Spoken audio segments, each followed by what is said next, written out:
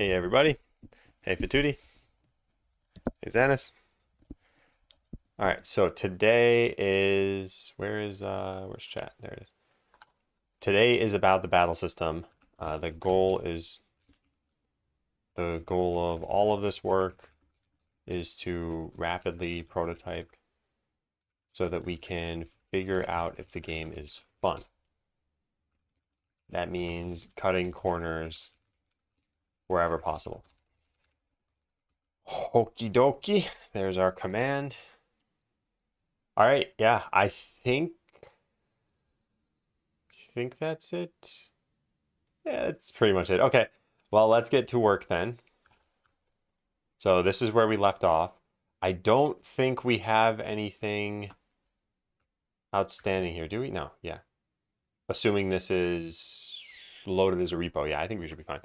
All right, so let's see where we left off in terms of the actual game. I'm pretty sure it was just like you could get into a battle and it just did this. Yeah, this is supposed to represent a battle. Hey, Matt. Welcome to co-working day. Except for it's just a regular stream. All right, well, let's see. What's the next step? Always generate more than one enemy. Show a battle scene above where your character is. Okay, so let's kind of list out what we have here. We need overworld characters need to know what will be entering a battle. So there should probably, hey Gluskup, there should probably be like a battle character.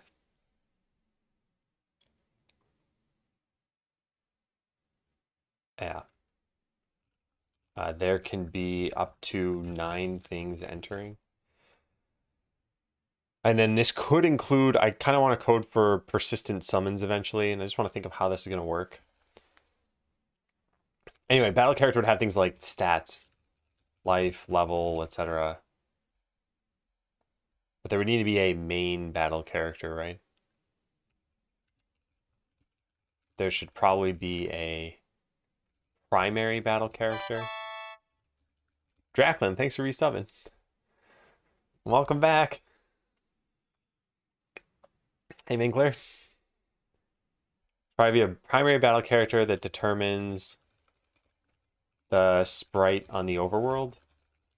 And then there can be up to 8 other characters that'll show up in the grid. All right, so it has stats, life, level, etc. It has a type. I mean, I guess this is kind of part of stats, like bat, rat, etc. What else? I guess for play, we need ability information for sure. Yeah, ability information. Yeah, Thursdays were supposed to be a day to just do stuff off stream, but I really want to work on this prototype. The way I look at it is I want to put a little bit more effort than normal into this prototype, and then if it's fun, then we can slow down a bit. But I'm excited about this, and I want to use that excitement while I can. Plus, the alternatives for today were going to be like make the course, which I realize doesn't have any sort of deadline on it. So like I should just do that a little bit slower. And then what was the other thing that I might have done? I don't know, just whatever miscellaneous work there was. And just like I said, none of it's super important. The one thing that's kind of important is that the YouTube bot is running out of quota before I even start streaming, and I don't know why. And that's actually kind of a problem. But not many people are watching on YouTube yet, so it's not urgent work. All right, ability information. What else do we need here? So what happens when you... No, never mind. Is there anything else that we need for this? And is there any difference between players and enemies? I don't think so. Also, I kind of want battle character to just be some like stats thing. Yeah. I want this to just be data if possible.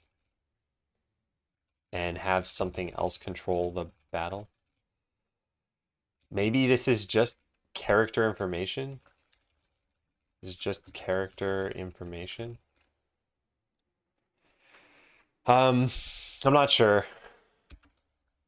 This is the one thing that's a little bit harder to just kind of shortcut my way through because I want the design to make sense ahead of time.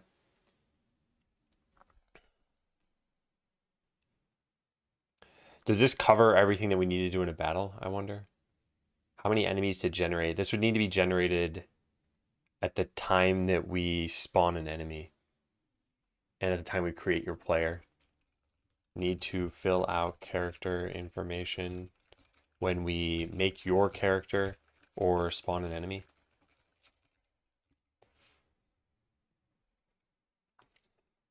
You have your abilities, life bars, cooldown information.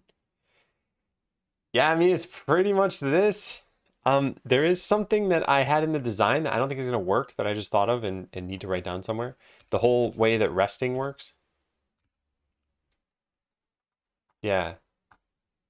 When a character is standing still, they recover life. You can eventually automate this recovery. So the problem with this idea is that, at least the way the zones are made now, is if you were just standing here resting, like eventually an enemy is just going to walk into you.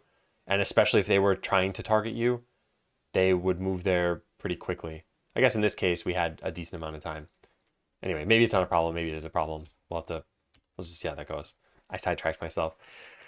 Yeah, I think this will work. Let's keep looking at the battle stuff and see if it accommodates everything.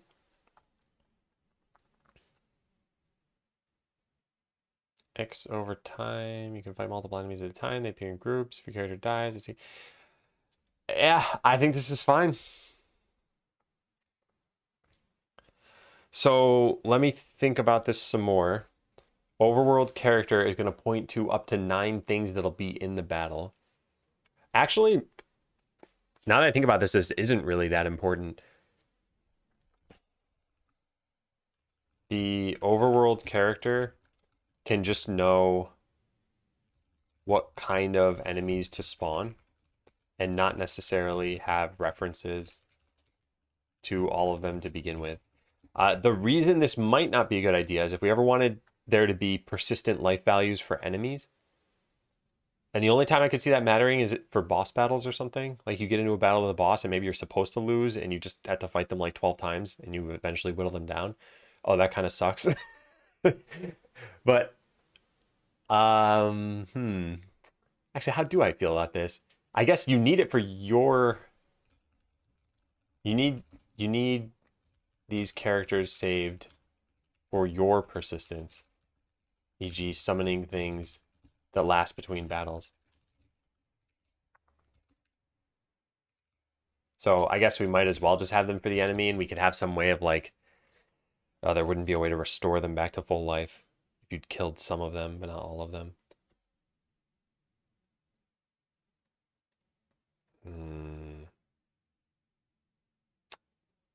I guess I'm trying to accomplish 2 things at once here. Yeah, so for enemies, want to reset them back to full every time, probably. And then for your player, we want this information to persist.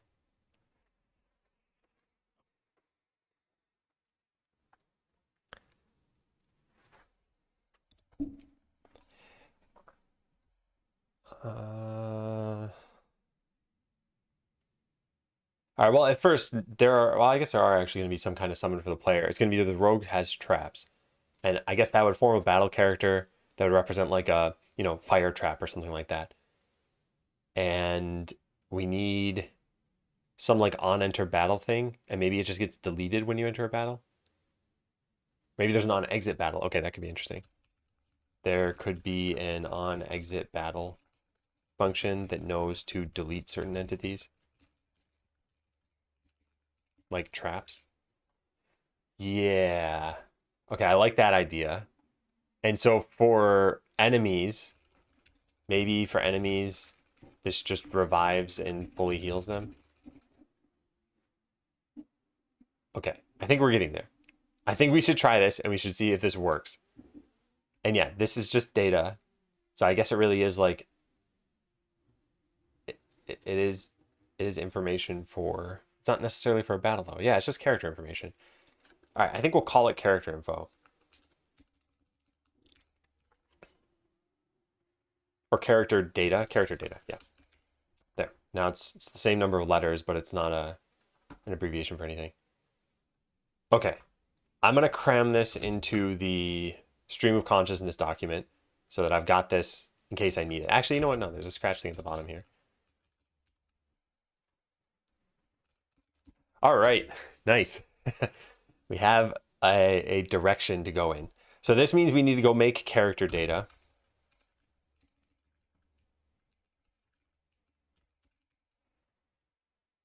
And we need to give it probably some basic information. Like on exit battle. Okay, yeah.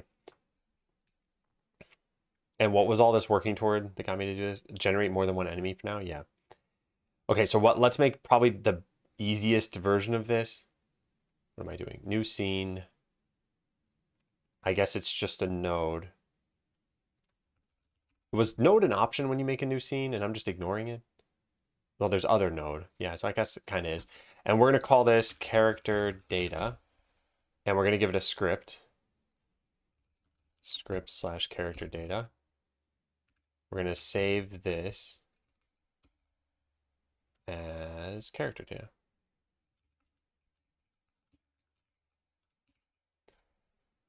Okay.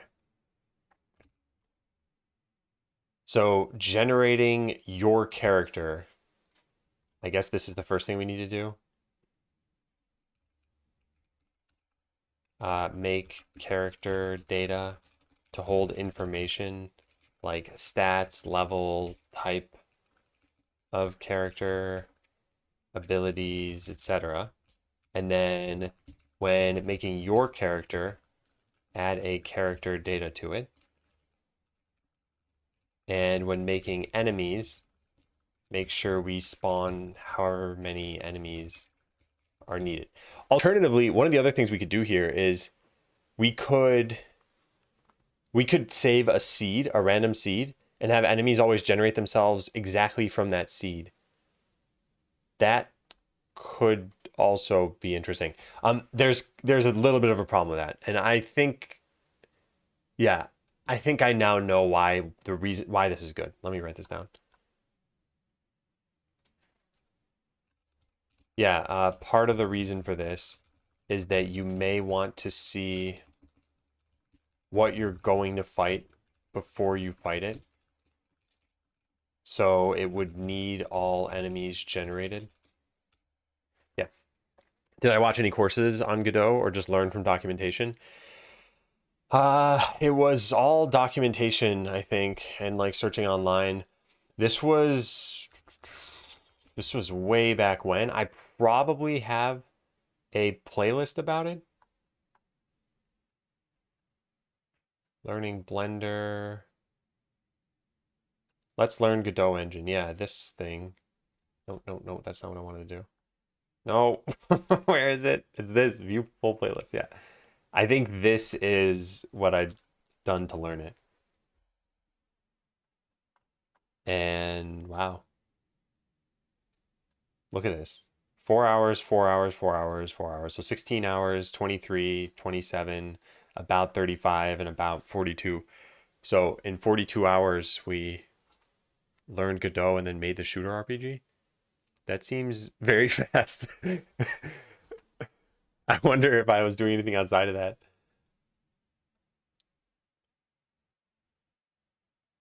Yeah, wow. Well, guess I was on a different level back then.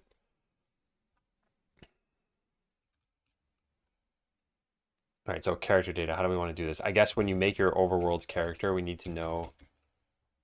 So this is just create overworld character. We're probably going to want like create it for player. I will very likely just make another function here. Create player overworld character. Taking the character class, call this. Yeah, and then wherever we called this now, create overworld.star true.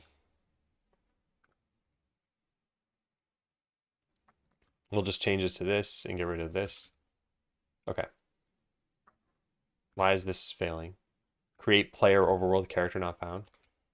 But it is found. It's right there. All right, well, whatever. All right, so when we make this, we want to give it a character data now. Yeah. So overworld character dot add child character data. And then we need to make the character data. Hey, Chronic. Yeah, it is going well. I'm happy to be working on this. Feeling pretty good. Hoping we can get... Let me see. If we look at this as all the battle stuff that needs to be done, I think 6 hours can get us through this whole task. Yeah. Except for maybe the ability stuff. That might be hard. And then what was the next thing that we had? These two things? Yeah. Yeah, I think it'll be fun. So we're gonna try to get as much of this done as we can today. I think it'll be cool to have battles, even if we don't have abilities. And that way you can kind of get a little bit better of an idea of how the game works. But, I mean, without the abilities, it'd be tough. And maybe we could just kind of test automating the taking of turns and seeing how that works. Hey, Jost. All right, so the scene in this case is going to be this. This is load character data as packed scene. I don't even think maybe I need to do that. I don't know. Now, what's the problem here? Can't find character data. Oh yeah, I never actually added it. Class name, character data. All right, now that'll probably still be an issue, and I probably need to restart Godot for this to work. I'm just gonna do it anyway. I'm not gonna wait for it to tell me that it's broken. All right.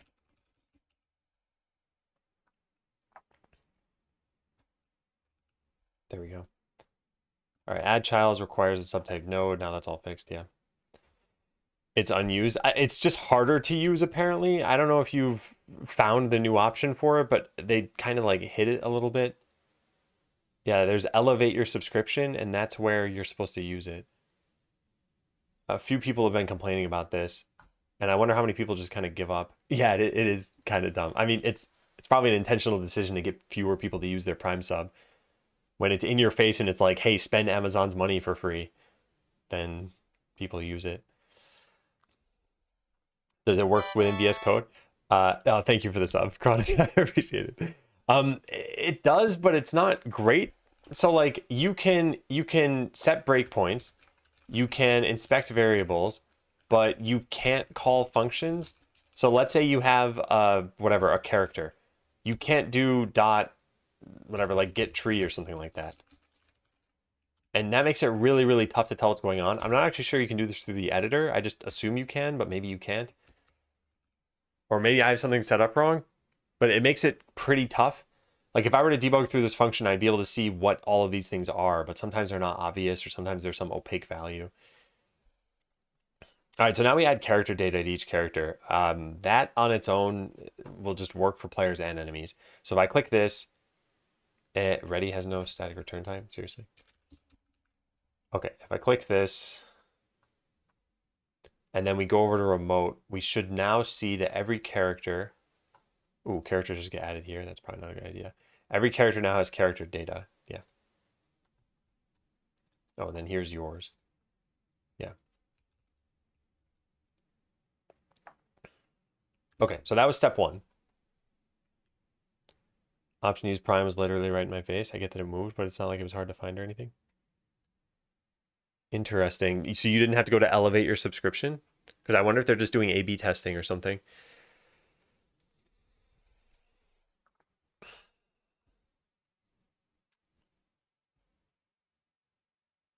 Okay, so we should have stats, type, ability information, etc. And then like an on-exit battle function. I think that was pre-selected for me. Yeah, maybe it is A/B testing. On-exit battle. Pass to do things here like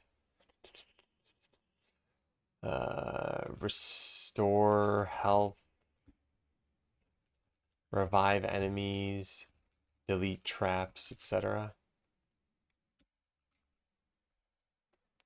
This is something I think we're going to need to extend quite a lot. Put me back in the hate group.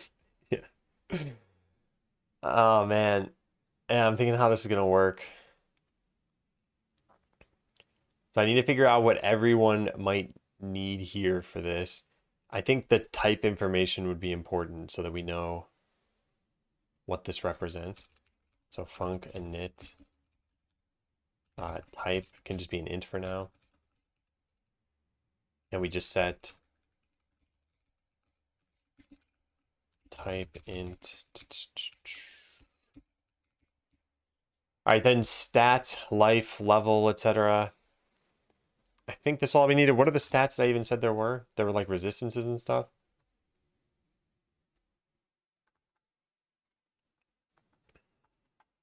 Stats, life, max life, level, experience, power, fortitude, and resistances and bonuses, and then some like advanced computed stats probably. All right, so let's write this stuff down. This biological botland, kind of. I would have loved to call this botland, and then, you know, I'd have the domain and everything already too. All right, so life should be an int, max life should be an int. Level, int, yep, sure. Experience, I'm pretty sure we're gonna make it an int. Power, sure. Oh man, yeah, it's just so great. It just took my comments and turned it into this.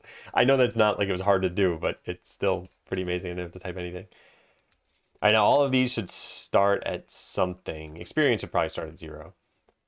The rest of these would need to be filled out. And for now, let's just hard code them to something. So we'll say life equals, yeah, sure, 100. Max life equals life. Actually, let's do it the other way around. Let's set this to 100 and this to max life. All right, level equals 1, sure. Power and fortitude, yeah, whatever. All right, is that everything? We have type, life, max life, level, experience is set up here, power and fortitude, yeah. What plugin is doing that? That's GitHub Copilot. Those things have been useful. Anything more than that's kind of been garbage.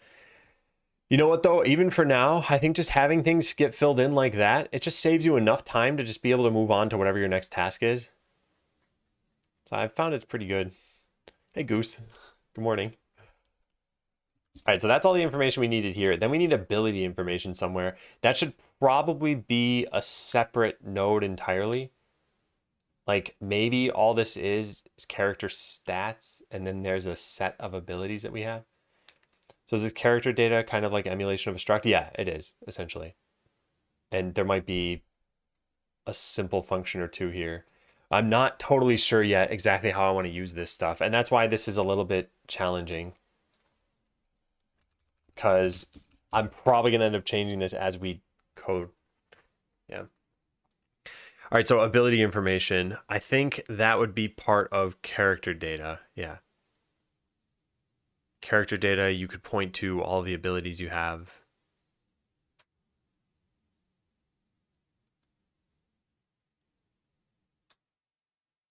Now, you might have, let me think about this. Player characters can have more abilities than they have slots because you learn those abilities. So then we need to know which are equipped. So I think character data will have abilities and equipped abilities. Maybe. And maybe this is a dictionary of ability ID to ability data. And then equipped ability could just be an array of IDs. Yeah, something like that. Yeah.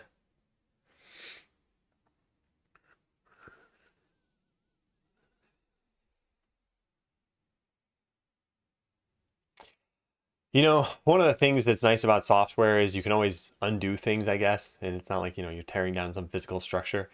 But how much you have to undo definitely depends on how good your original design is. And that's where I want this design to be good enough, but I'm still not totally sure I'm incorporating all the pieces I need. I think this is going to be fine. I mean, look, if it works, it works. Let's figure it out. Yeah.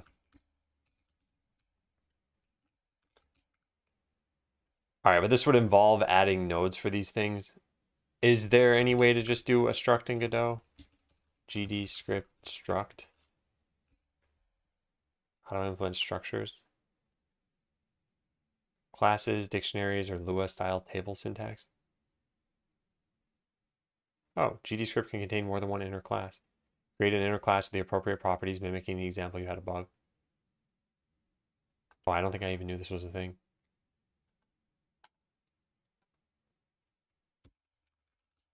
I still didn't make a ring command. Sorry. Let me just make that now. Because enough people have been typing it. Adam switched from a blue ring to a red ring in what, March 2024. The blue one was starting to tear. They're just silicone rings from Amazon. Yeah. Yeah. I'll add it now. There we go. Yeah, Thursday stream. Hey, Broken Crown. Hey, Trundle Guy. New to Godot. What's the benefit of making this extend node? Are there built-in properties or methods that are useful? Or is this just this pure data? So I wasn't aware that you could even make classes outside of having something that extends node, and you need to have it extend something. But turns out you might just be able to make, like, just make a class somewhere. They don't ever talk about structs in here. Static constructor. They talk about classes.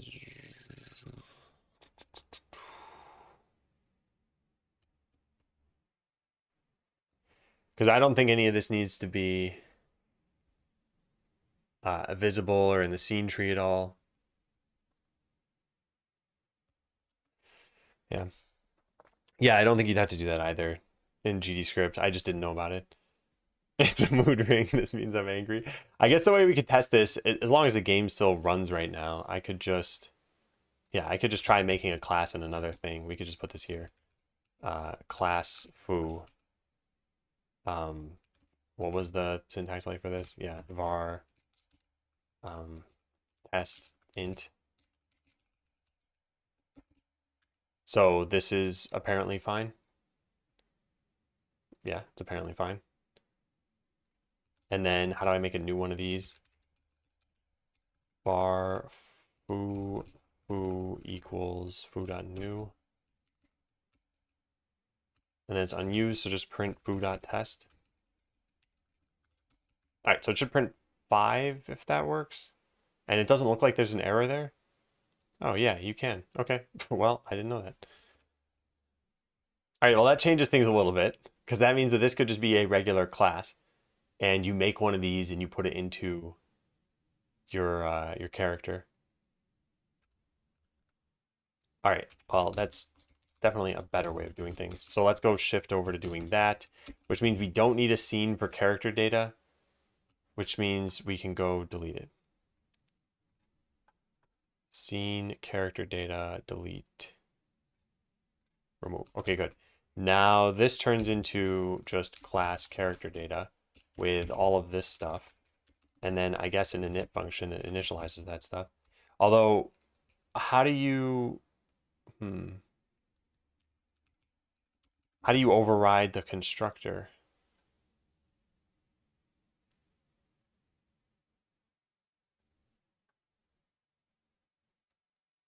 Huh, I don't know. Constructor. Class something. Yeah, it would be nice to see.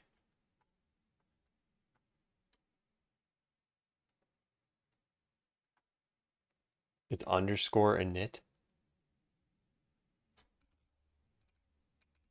Okay, that's going to be a little confusing because I have regular init and that is not something built in. So we don't need this anymore. We just make a new character data.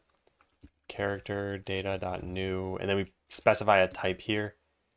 And I guess the type needs to be a string for now. String. Oh, right, it's capitalized.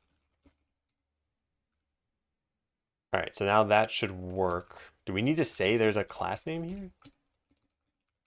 It'd be very strange to have to do this.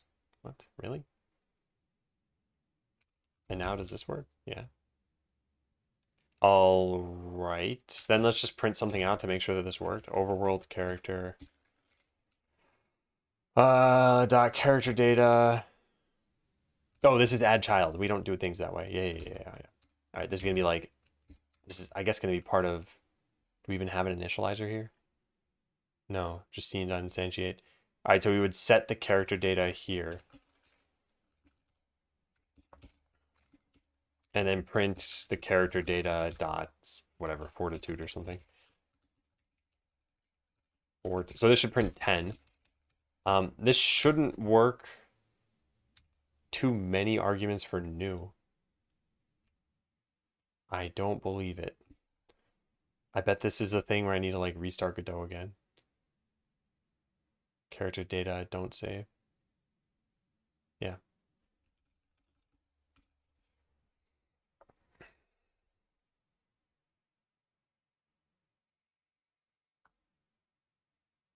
Class hides a global script class. Oh, I need to get rid of that then. And I probably need to restart this again. Is it going to quit? What's going on? Can't open character data. Yeah, I know. Close. I'm not sure how you get this to be accessible. I would expect just to, oh, I bet I know what I have to do. Oh, darn it. I probably need to make this an auto load thing. So character data needs to always be, also this extends node doesn't need to be there. And maybe that was part of the problem here. Let me just try playing this and see what happens. Yeah, character data is not declared. Seriously? Seriously?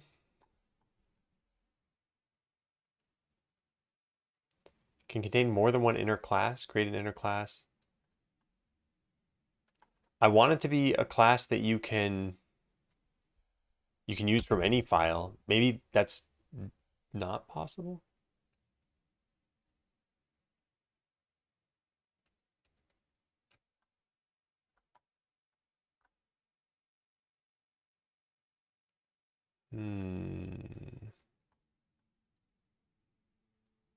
Static init, call when the class is loaded. Inner classes. A class file can contain inner classes. Inner classes are defined using class. They are instance using class name.new. Classes stored as files are treated as resources. They must be loaded from disk to access them in other classes. Okay, I see. Load or preload. Okay, so we must need to auto load these. Well, we don't have to auto load them. I guess we just load them. Yeah, okay, fine. A little strange. Trundle guy, thank you for subbing. Welcome.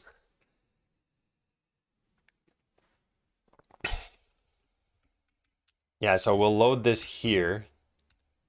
So this is going to be character data equals load res script character data. Oh, thank you. Yeah.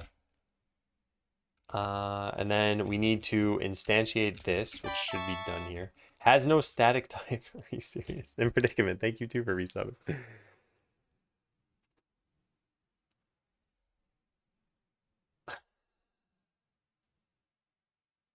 And then it just uses it like this. I wonder, no, I would expect this to work.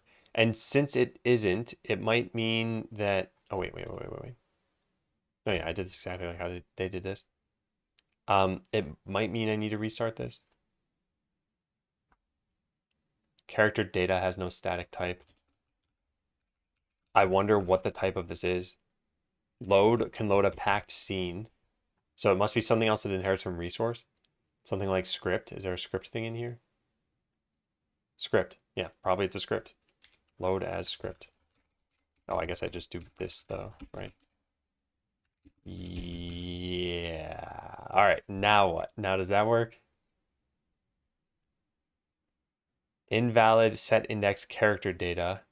Yeah, all right, that's probably fine. I never actually put a character data in here. Bar character data. I don't think this will work now though.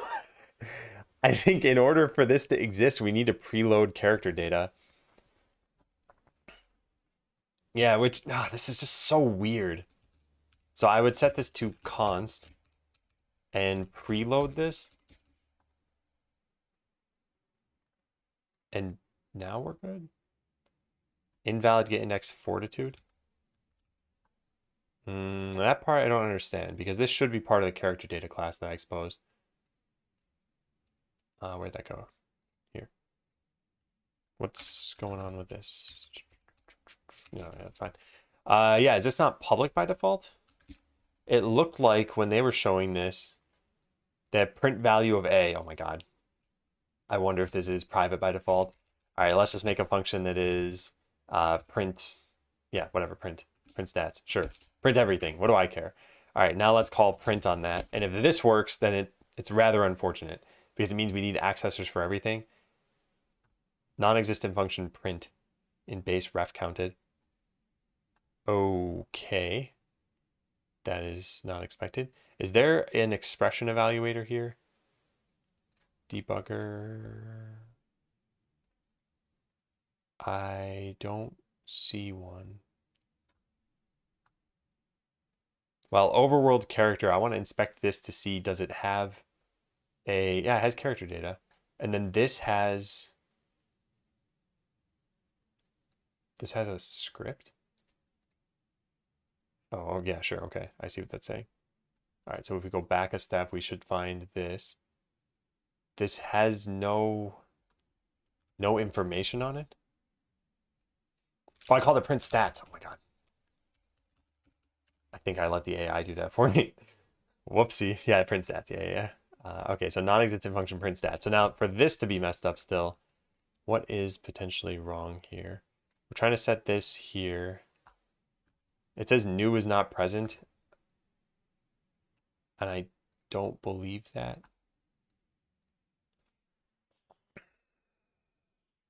All right, well, how about we simplify this? Let's just save this here for right now. And then print this here.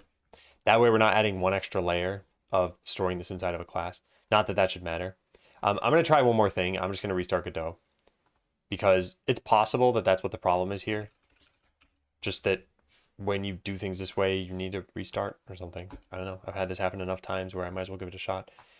It doesn't look like that's the case. It looks like something else is wrong here, and I need to figure out what. Oh, it's too bad. Did they do anything differently? MyClass.new. Constructor of the class files main class. Maybe I was wrong about overriding new.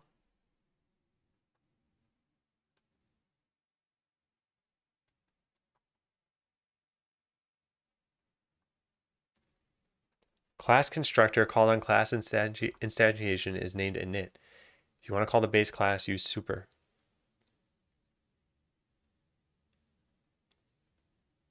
I don't see a problem with this. And what is this? Method new is not present on the infer type script. Oh my God, that's why. Okay. This is loaded as a script. I need to load it as a character data. I don't know how to do that though. I don't think it's even possible. I think I need to do this character data as character data. That wouldn't make any sense though. Invalid cast cannot convert from script to character data. Yeah, there's oh man. I think this is just a shortcoming of GDScript maybe. I shouldn't be so quick to blame Godot on this, but I think what's going on here is that this type that I'm exposing doesn't actually exist until I've preloaded it. Maybe I should just not specify. No, then it's going to be a resource. Yeah, that's... Can I make it a variant? And then, I don't know. I think this part should actually work fine. It should know what it is at load time. Oh, I wonder if debugging this shows me anything. What does it think character data is? New is not present on the inferred type, but maybe present on a subtype. Problem is, there's no way now to look at this. Like, I can't type this in and get any information out of it.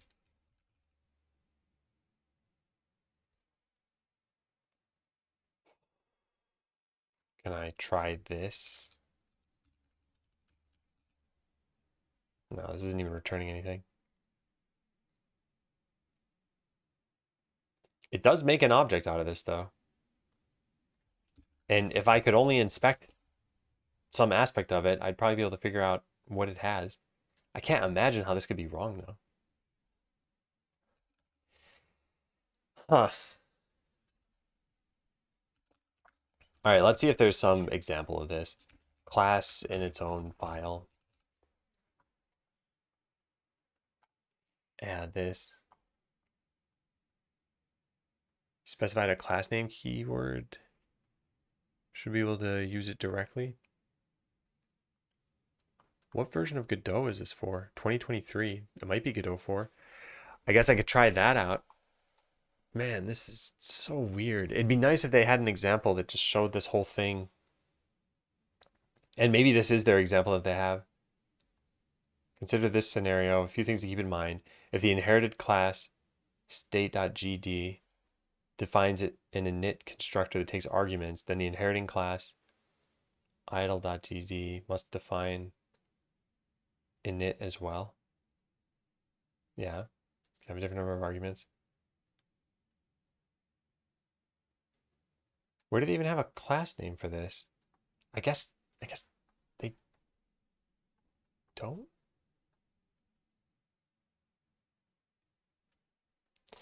Yeah, this makes it seem like you shouldn't even use the class keyword.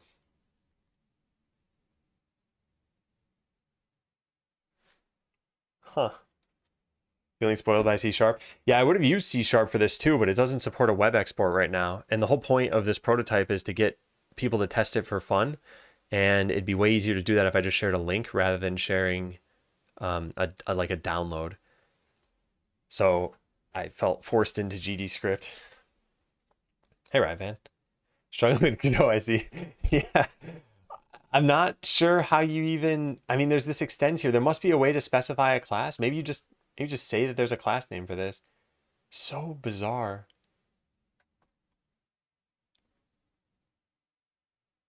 Yeah, I think this is just not the syntax for this.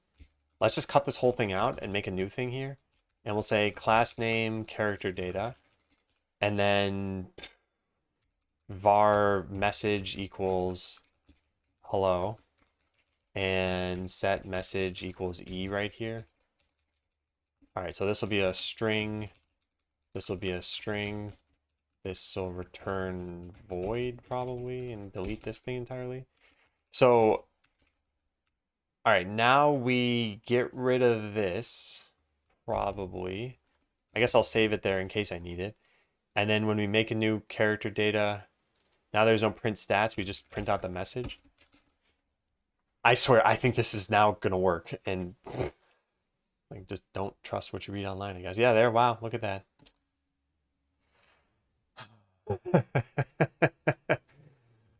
Oh, at least I figured it out. All right, so I didn't know this was possible. I'm going to go write this down in my GDScript notes. How are you going to tackle the design for the game? So design is a little bit overloaded. I think design can be either game design, in which case I have the document that you see idle. It could be UI design, in which case we're going to wing it for now.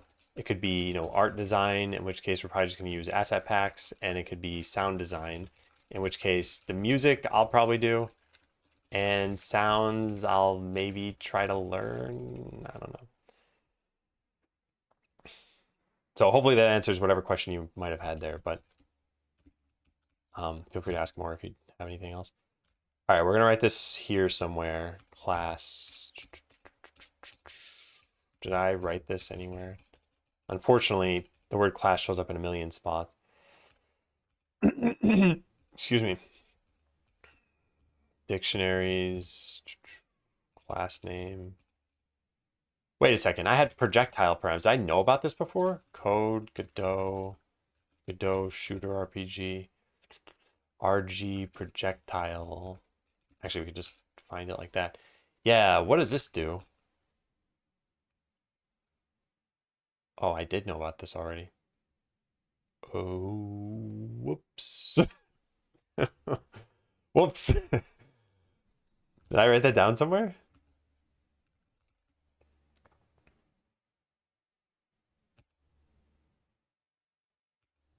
Oh, man.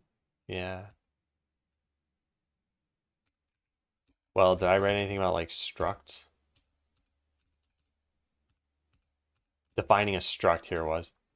Struct is, yeah, I did do this. Oh man, I'm a dummy. All right, I should just put a reference to this thing. That was stupid. That was really stupid. Well, let's never make that mistake again. I wrote these notes like 4 years ago, so it makes sense that I would have forgotten about them. But I should trust that I wrote good notes and search through them. You can also remove class name line from what I read. Those can be implied. All right, let's try that out. I'm going to restart Godot just in case, because usually when I add class name, I need to restart, so maybe removing it.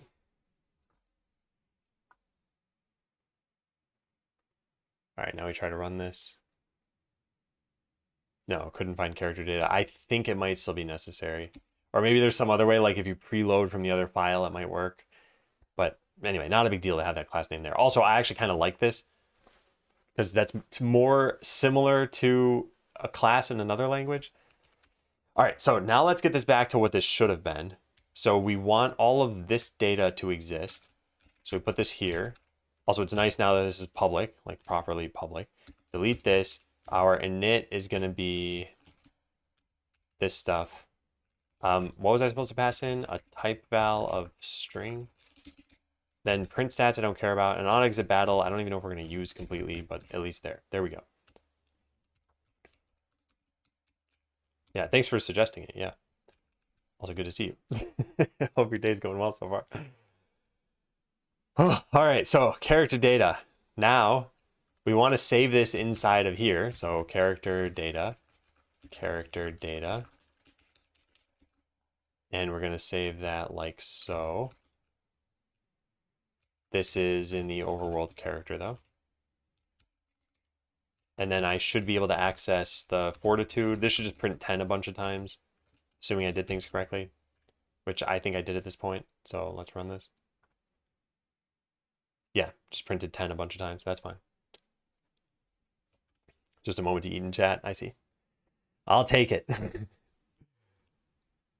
Whew, so let's pop off the stack and figure out what we were even doing. So I have character data. We eventually need to put ability information in here. We could store this inside the... No, we can't store this inside the overworld character. I should probably write what this represents.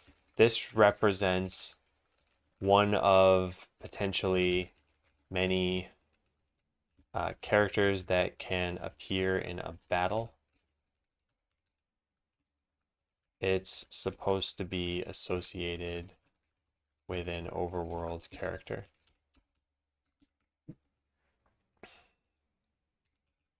All right, so var abilities, or like learned abilities maybe, or known abilities.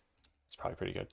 Okay, known abilities is going to be a dictionary of, I don't remember how to define a dictionary, because I don't think there's proper typing. I think you can just write dictionary somewhere. Where do you do this? I think if I just search for array string, I'll find it. Yeah, here. Okay, these don't exist for dictionaries. Yeah. Has this been fixed yet? No. Add static type hints for dictionary members. There's no workaround or anything. Commented yesterday.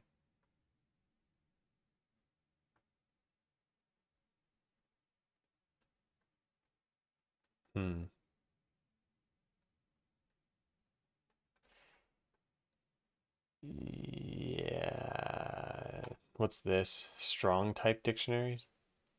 Add struct.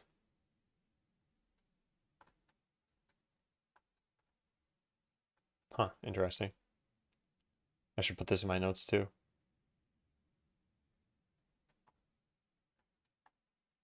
What's the status of this? There are lots and lots of comments. Oh, well, it's a proposal. Okay, so struct note as of date, there is a proposal to add proper structs into Godot. Okay. So we can have types that don't derive from anything? Yeah. I guess in this case, well, maybe technically no. I think it's probably implied that this extends object. That's my guess, and we just don't need to write that. But I don't know that for sure. This is going to be a dictionary. And then we have equipped abilities. Is an array of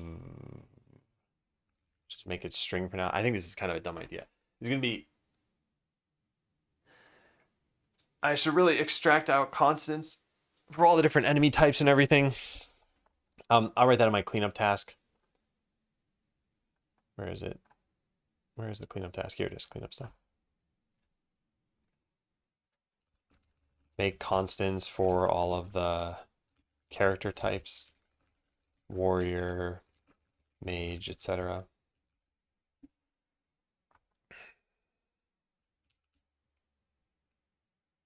Okay, I think we're pretty good. So you start out knowing no abilities. Not maybe the best thing in the world. And we at some point need to properly fill this out, but for the sake of prototyping, I think this is fine. So we set our character data here. This needs to eventually be changed based on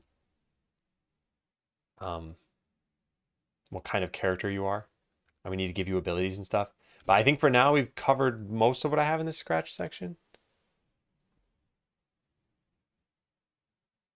No, this is not how this is supposed to work. We have up to 9 characters here. So it needs to be like a primary character and then all of them. I wonder, it probably makes sense to have IDs for this stuff so that when you target an enemy, you know which character data you're affecting.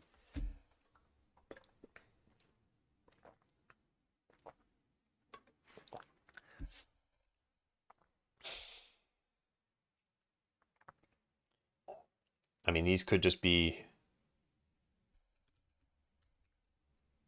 the number 1 to 9. But yeah, this is not how this should work. There shouldn't be one character data here. There should be many. And have I covered everything else though? A primary one. So I want to figure that out still. How do I want to set the primary character and then the other 8? Well, up to 8. TV8. And yeah, that's it for now. Fill this out. Part of the reason you may want to see that before you fight. What kind of enemies you spawn. Need these characters for your persistence. Set to full on exit battle. More abilities in their slots. Yeah, okay. I think this is good. They implicitly derive from ref counted. Okay, I see. I wonder if object also implicitly derives from ref counted.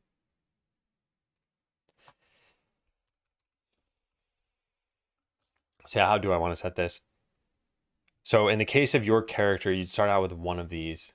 Is there a point in knowing which one is the primary one? Or what if we just had an array of the characters and it starts off as like the character 0, 0, 0, 0, 0, 0, 0 or something like that? That's probably not the smartest thing. Oh, we would need to know what position you are in the grid. I think storing it as an array is fine. And actually, maybe the way we would store this is like so. 0, 0, 0, 0, char, 0, and then another 0, 0, 0 down here. Something like that. I'm still a little torn. I need to think of like, how are we going to access this in battle? So for example, it's your character's turn. You pick an enemy to fight. We need to, on the enemy side of things, loop through this array and find a random enemy, for example, or I guess just sample from the minimum to the maximum length. But that wouldn't work because you'd have spaces in here. So maybe it's better to just store them in an array and keep track of their positions. I wonder if there's ever a reason to move in combat. Probably not. I shouldn't worry about that. Yeah, so I think we just store an array of characters. But there is a special case with the player, which is that if your primary player dies, then you lose the battle. I wonder, this is just kind of a game design question, but let's say you're playing as a summoner and you have 3 summons. You die, but the summons win the fight. Like, should that even be possible? Should that be considered a win? If so, does your character just revive itself? I think if your character dies, that's it. The battle should just be over. Leaning toward no here. you lose when your character dies, even if you have allies. Yeah. Yeah. I think I like that. I think that would be simple. But that's not how enemies would work. Enemies, you need to kill every enemy. Okay, yeah. I think we're gonna write that down. I'll just add that to the design section. Battle. Where are our battles? Here it is.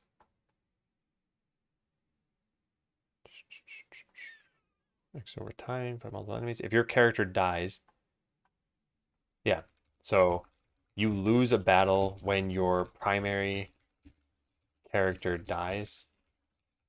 E.g., if you're a summoner and have 8 summons out, it doesn't matter. The battle will end when the summoner dies. Yeah. Forces you to think about your actions. The way this game works is that you can't exactly think about your actions. I just want to be clear on that, because this starts out as a manually controlled game, and then in about maybe like 15 to 20 minutes, the battles are automated. And so you're not picking what's going on, but you will pick which abilities you have. So if your summoner character is dying, then you would need to change an ability so that you have, like, you're summoning, I don't know, tanky summons or something. So that's something to consider there. Hey, Juicebox. That also mean if an enemy is a summoner summons mobs, if the enemy dies, or the summoned mobs die? No, I don't think so. I think you should always have to kill all the enemies. I mean, there could be like a boss that is a summoner that we do something special for. Like, you just have to kill the boss. But since you're automating these battles anyway, you're not going to have too much control. It should just be like wipe out everything. At least that's how we're going to do it at the beginning. So if you lose a battle, then your character takes X seconds to come back to life, during which you can't do anything with that character. Yeah. All right, so then if we're going to do this, then we do need to keep track of a primary character. This is going to determine the sprite for your overworld, for the overworld, and also for the player, it's going to be the lose condition. You have to protect your character somehow, but you can't directly control it. Yeah, and there will be abilities that let you do this. So for example, I have this written down for the rogue. Let's just take a quick look at this. I'm going to... Oh, that didn't really paste correctly. Okay, well, fine. Let's just delete all the things that start with mod. Okay, anyway, here are the general abilities that you get. So quick strike is just like, do some damage to an enemy. Poison dagger, you can poison a target. Then this is the defensive ability, or at least one of them that you get. So you lay traps in a space on your side of the battlefield, and an enemy that would have attacked you is instead going to hit the trap. So it's like a 100% chance to dodge as long as there's a trap laid down. And you might not need this. Like, if you're killing enemies fast enough, then why would you even equip traps? Because it's just going to take one of your turns for a defensive ability you don't need. So that's the kind of choice you would have in this.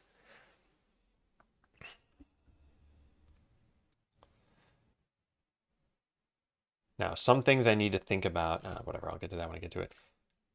All right, so primary character, let's do that. Var primary character. This is really primary character data, I guess. And then we need all of the character data in here. All character data is going to be an array of character data.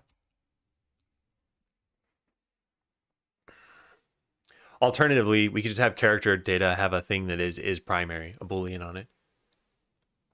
And then just store everything in an array. But then when you're trying to find it, you need to loop through an array to figure out which one's which. Yeah, I think this is fine. Okay.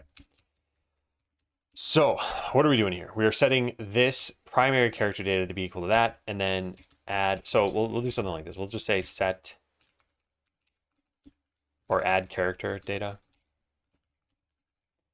and taking the character data and then is primary, which is a bool.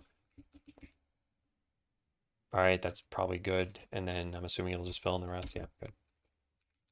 Then we just called this function true. Cool. Love to see her play the finished product. Yeah, that's the whole point of this. Also, hey, Pressel. So the plan that I have is this. So we already completed this part. This was make the design. That's what you see in this document. Then it says you are here, prototype the game as fast as possible. So we're going through all of these tasks that I put over here. I think all of these are necessary to do, except for maybe the cleanup stuff. So we're going to try to get through this as fast as possible. I don't have an estimate just yet. I think it's going to take minimally another week. And then when that's done, I'm going to put it on itch and we're all going to be able to play it. I'm going to request feedback, and I want people to be as honest as possible. Like, if you don't find it fun, if this is, maybe it's fun, but it's not your kind of game or something, people should be open about that. Hey, Magic. But yeah, like I said, minimally a week. I think that we'll have more of an idea after we get battles and abilities, because those are the biggest systems that remain, I think. And then there's just fleshing out content, which hopefully won't be too bad. And then, yeah, if the game is fun, we'll actually develop it. But I'm excited about this. I think it'll be nice. So add character data. We have this here. There are no multiple enemies yet, so I'll have to think about that. Waiting for the crop top merch. When's it coming out? It's in the pipeline. Taking a long time. Would traps be persistent over the course of the game? Like if you leave one area successfully, maybe the monsters respawn? So traps are within a battle. So you have two different settings in the game. You have the overworld, which is this. So like you can move around, you can choose where you get into fights. And then when you do get into a fight, let me actually move on to one of these things. Come on, there we go. Okay, so when you do get into a fight, it'll pop up another window, and that window will have its own little world within it. It's within this little world that traps exist. So will they persist across these like battles? They could, but they're not going to be just on the world for enemies to blow up and not even get into a battle or something like that. Experiencing supply chain issues. They just didn't know how many crop tops to produce. Turns out they're very popular. People want that Adam Learns merch. And by the way, the way that persistence is controlled is probably going to be through your skill points that you assign. I think I have that written here somewhere. Where is it? Yeah, so traps. There are going to be 3 modifications. So imagine a skill tree like this, and you have 3 choices. Mod 1 is going to be it deals damage to the attacker. Mod 2 is going to be a chance that you start a fight with traps. And Mod 3 is going to be a chance that the trap doesn't get destroyed. Yeah. Hey, Sag.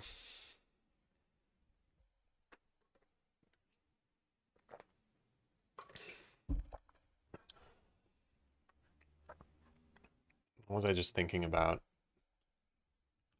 Oh yeah, adding multiple enemies. So we don't have a way to do that yet.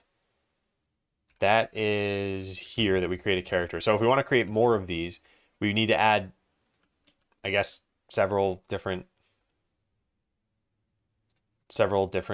extra things. How about this? Let's make enemies always spawn a slime, or like 3 slimes. I don't know, something like that. Yeah. Great.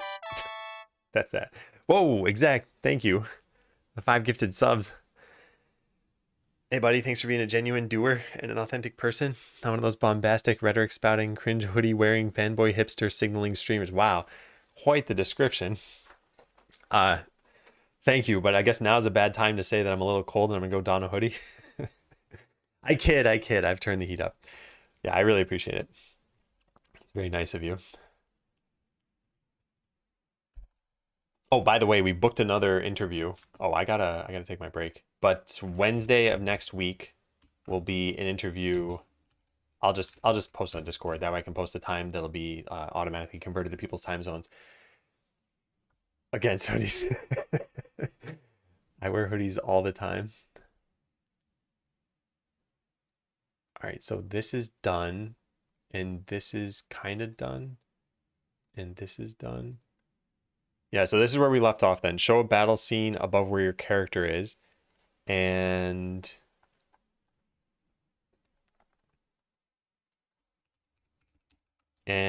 show the general layout of your player and enemies. The primary character. Oh, whoops, we forgot to put a position in this. I guess add a position to character data. Does that make sense? I don't think that makes sense. No. there should be some battle entity that I create. And the primary character should always go in the middle. And the battle entity should know its grid position. Actually, it doesn't even need to know that.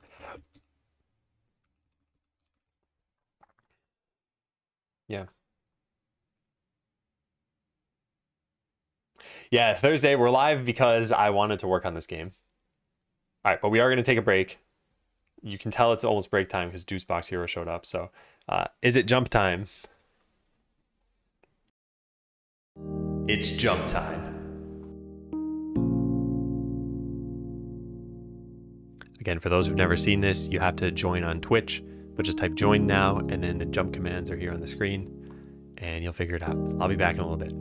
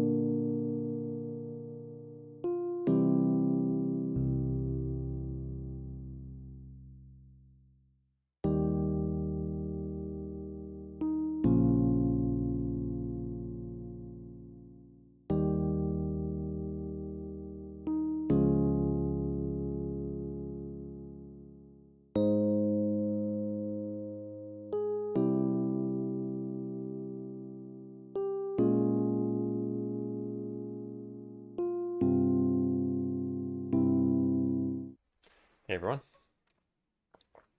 I have no idea what I'm doing. I'll show really fast how this works. So I'll type join here. You see my character spawn in. If you were to type L, or let's just do everything with J. So J is the jump command. If you just type J with nothing else after it, just jumps straight up. If you type it with a negative number, like J -10, you'll jump slightly to the left. And with a positive number like J10, you'll jump slightly to the right. And so more extreme numbers like a -80, for example, will jump almost directly left.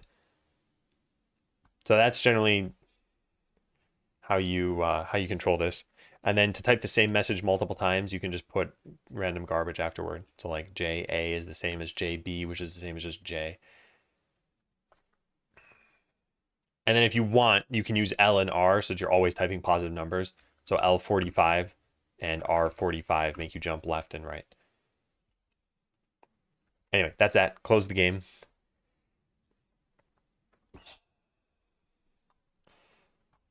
All right, so show a battle scene above where your character is. Show the general layout of your player and enemies. All right. So we're going to have a battle. And I feel like this should actually be a node 2D, and underneath it, it'll contain sprites and projectiles and whatever else. Some UI, I guess. And then it's going to have probably references to the starting characters, the starting overworld characters. And then from there, generate battle characters. So player characters could be manually controlled. Actually, that's not even really the case, is it? How am I going to do this? The battle is going to keep track of turns. It's eventually going to be your turn.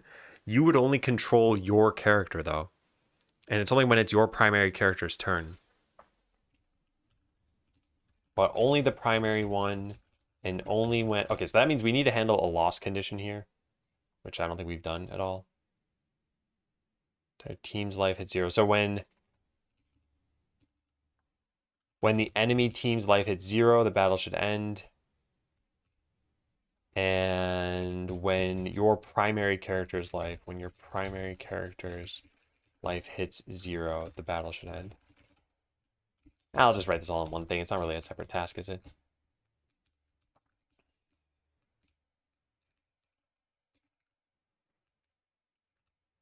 Oh my god, I can't type. All right, there we go.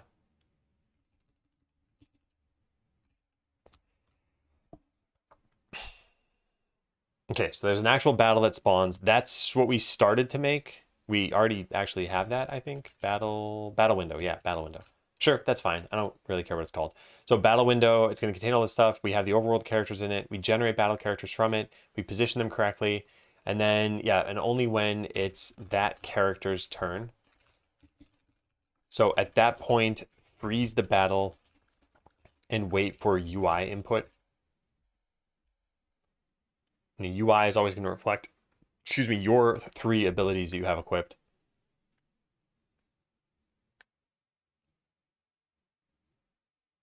I never came up with a UI for picking abilities. Oh, we'll get to that eventually. Yeah, I think this makes sense. Yeah.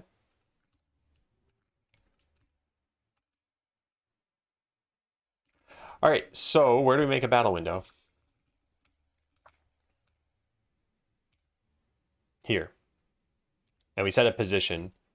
So we're going to need to initialize this with the instigator and the other character.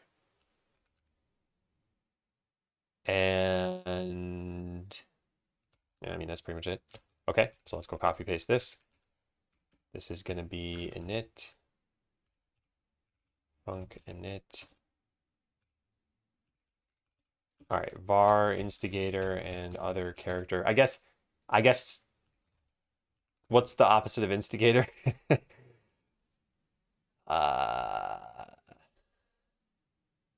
Like I don't know. We should probably just split this into player character and an enemy character. Yeah. And this is player overworld character and enemy overworld character. Okay, so we get the instigator and other character here. So we'll say this: if instigator is owned by player, then there we go. Yep. It's outstigator.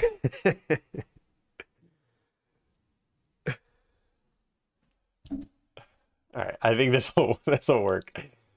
So now what I write in here? So we have references to these. We generate battle characters and then handle the actual battles. Yeah. So to do generate battle characters. We don't have battle characters yet. I mean, we have overworld characters. So battle character is going to be very similar to that.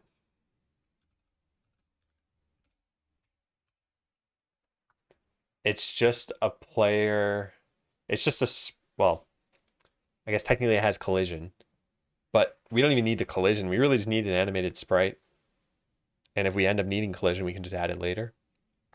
And I think we have a character sprite, so we could really just use this. And then do we need anything else? Not really. Yeah, not really.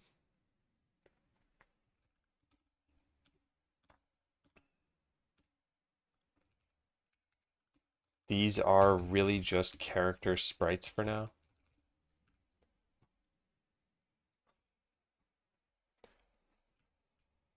Okay, so let's close out of some of these things. This is supposed to be the background. And we'll eventually do that. Not gonna worry about it for now. All right, how do I wanna do this? I think we should probably lay this out properly because we need to fit 9 characters inside this battle. Yeah, for now, let's not worry about the layout. Let's just generate these things. Okay, fine. So let's see. How do we do this? We need to go through each player's, let's see, character data has a list of, no, it doesn't have a list of anything. Overworld character has a list of all character data. Yeah, so we want to go through this, and we want to make sure that whichever one is the primary one is added to the center of the battle.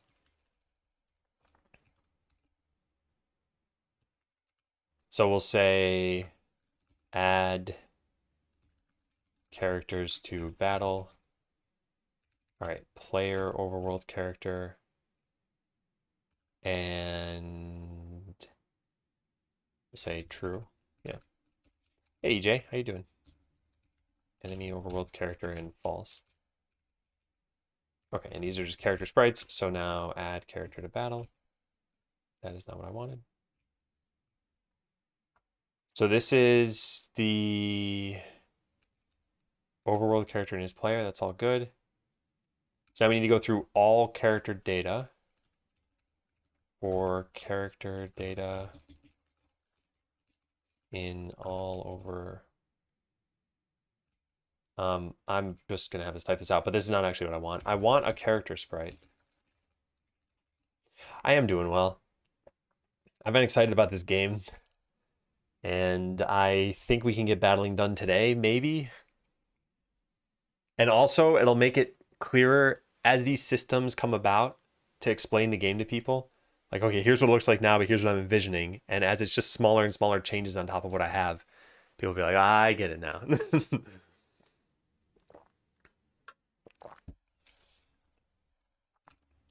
So where did I make a character sprite somewhere? Here. And we just created it out of a class. Okay, so we're using these classes pretty heavily. What's your plan for the day, EJ? Is it nonstop meetings?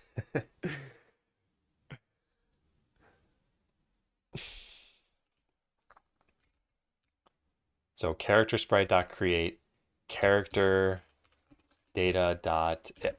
I think I called this type. I don't think I should have called it type. Yeah, I did. All right, we should probably just say character class here, and then set this. Did I ever actually use dot type anywhere? I don't think so. No.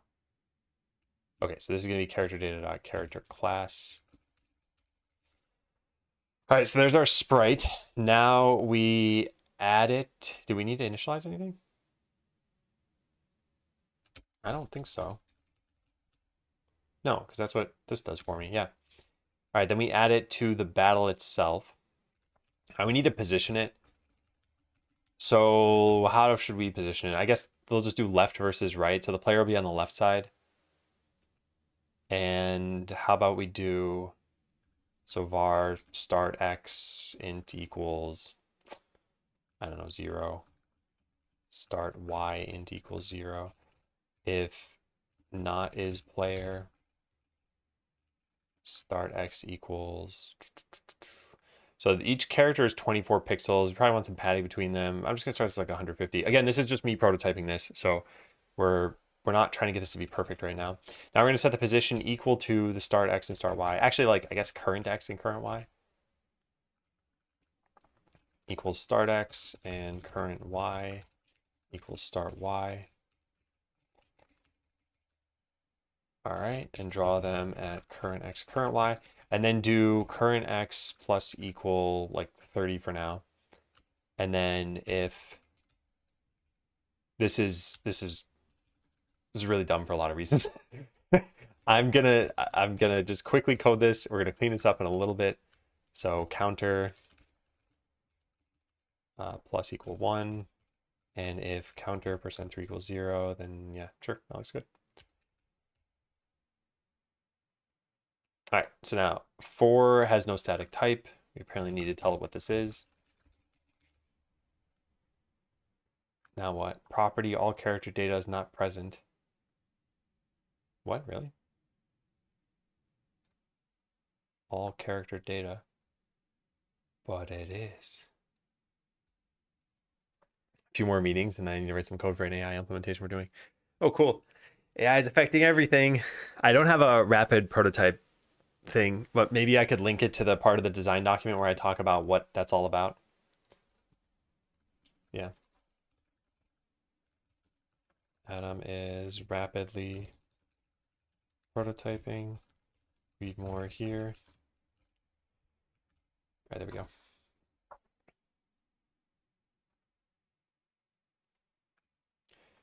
All right, local sprite is declared but never used. I guess this should be sprite.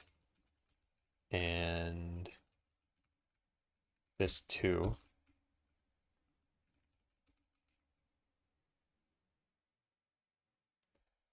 This isn't even needed. What am I doing? Yeah, so now it's just this one problem, and I don't understand why this is happening. I know I've been doing this a lot, but I'm going to restart Godot again. We're just going to see. Can't wait for Devin to replace us all. I think you'd probably go nuts if you had nothing to do anymore. Did this just fix my problem for me? Can Devin help me? It says it's not present, but I don't understand why that's the case. There's an overworld character here, and on this thing, there is all character data. Huh. Yeah, I don't know what it thinks is wrong. Well, let's try playing it and just see what happens. So now I need to get into a battle. Okay, did it work? There are the enemies. Look at that. There's the rat that I walked onto, and then 3 slimes, just like there should have been. And then I think I have 2 characters right now. You can sort of see the animation stacking on top of each other. So I think this did kind of work, but why did it add so much with the other character? Start x equals 150. I guess that's 150 pixels.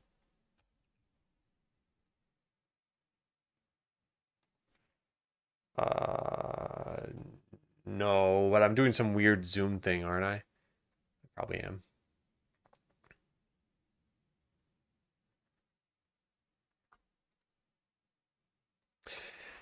Yeah, also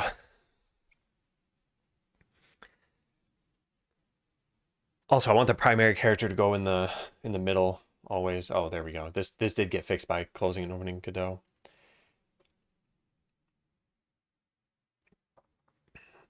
In-game cloning.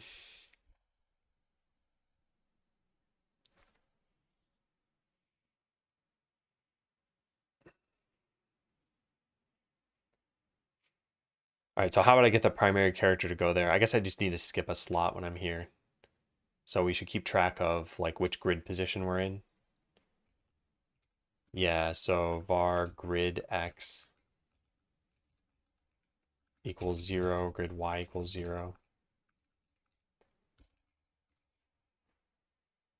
Okay, so we just don't want to place the primary character on the first run through. This is kind of weird.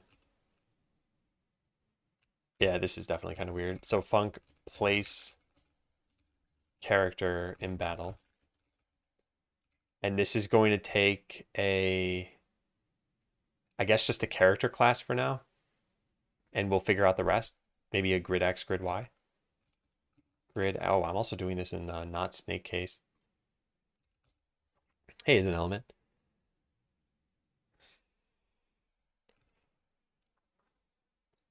And this will be character class, which will be a string. Okay, it's probably going to be pretty much what we had here. Yes. We would also need to know the start X and start Y that we have here.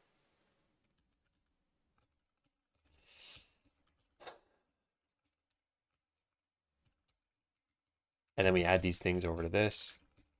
Start X plus that, start Y plus that. All right, add sprite. We modify these things. So, okay, I think we're getting there. So now we just call place character in battle, all of these things. Yep, and yep. So that stuff's gone. Okay, then we just modify the grid X and grid Y. Grid X plus equal 1. And then in this case, we say grid X equals 0 and grid Y plus equal 1. We delete these things. We rename everything.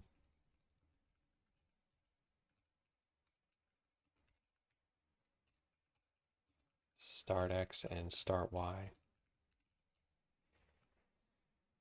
Okay, so now this is going to place everything, but we don't want to place the primary character and we don't want to use the middle spot. So if character data dot is, no, it doesn't even work that way. There's no way of telling that. It's over here if it's primary character data. If overworld character dot, actually, you know what we could do? We could have it, we could just have a function here. Yeah, we shouldn't need to know the particulars of this class. So is primary character data. Good. Now we go back to this. If the character data is the primary one, then just continue for now.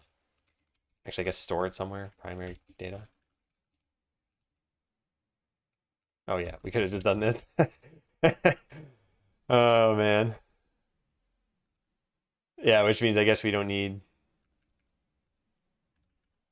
this anymore. Okay.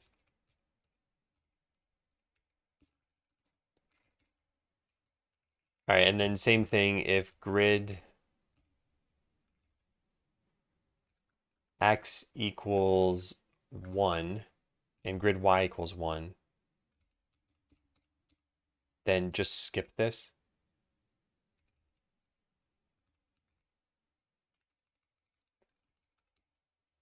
Yeah.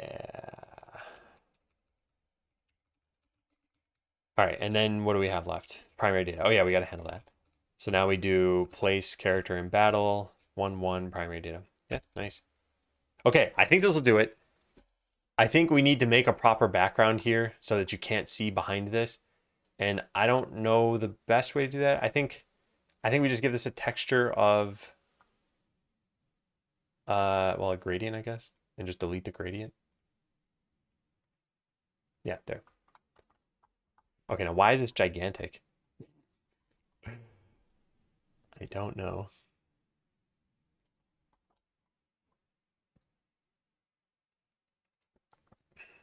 Okay, so something like that. And then instead of this particular color, let's have it be a little bit of alpha, a little bit of transparency, I mean, maybe something like that. That way you can see through it to the background. And I guess if we're going to do that, make it not so dark there, something like that. All right, so that's the background. Now I want to set the position to be not like that. Whoops. Oh well. Also, whoops. Let's just undo that. Just manually move it. There.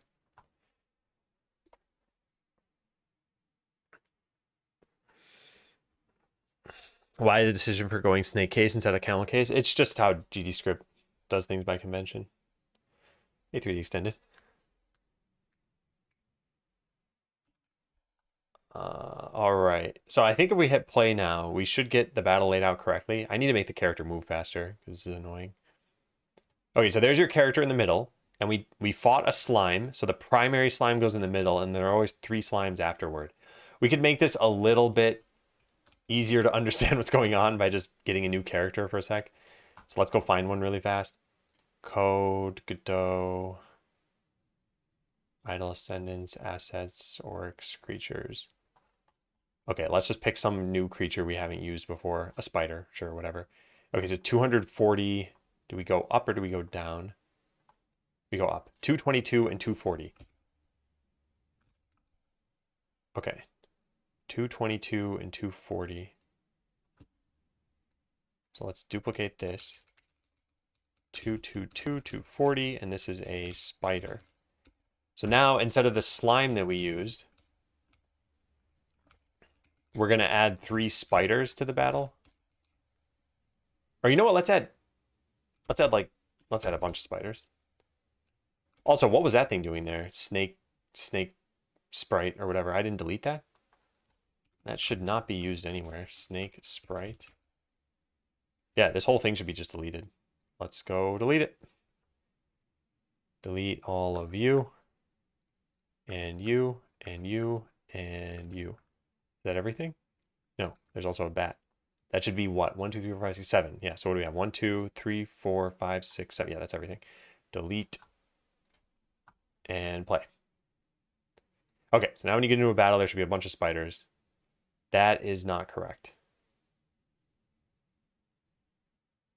Yeah, that's not correct. What happened there? If we're on the... Oh, whoops.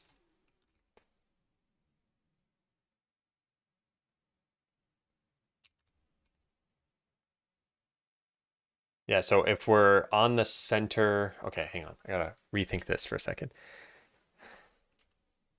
If not that, or the character data is a primary one.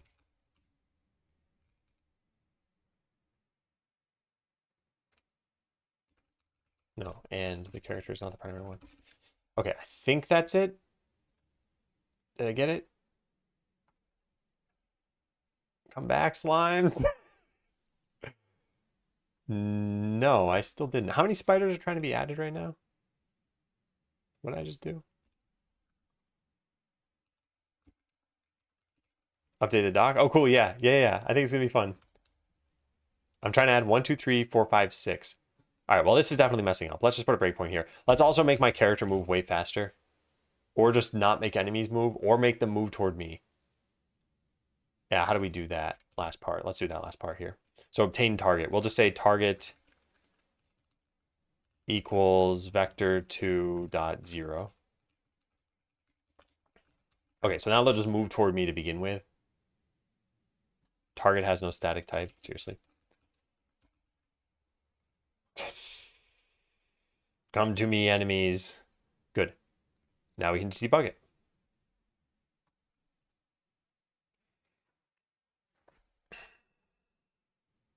Not this part. Now we wait. I know you can't see it, but the enemies just moved on to me. Okay, so we don't care about that part either. We care about this. So what is going on here? The primary data should be a rat. What? What is this? What? Names? I don't understand this at all. It should be a character data.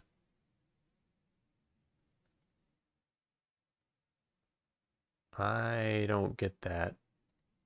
This is like unusable. This is pretty much unusable. Oh man. All right, so what do? We place the first character. Whoops, I shouldn't have done that. Darn it.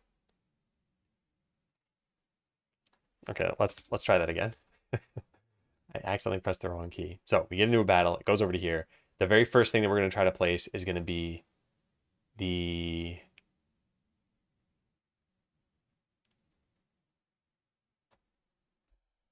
Okay, wait, the rat or something, right? And we're not going to do that.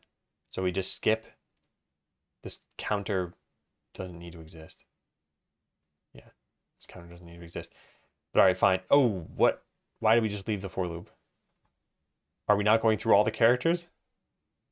Did I not add these correctly? No, that can't be. That can't be the case. But yeah, this doesn't need to be here. We could just say if grid x equals 3, delete the counter. Plan to have microtransactions in seasons pass? No. Nanotransactions in a minutely pass. Every minute there's a new pass you got to buy for 50 bucks.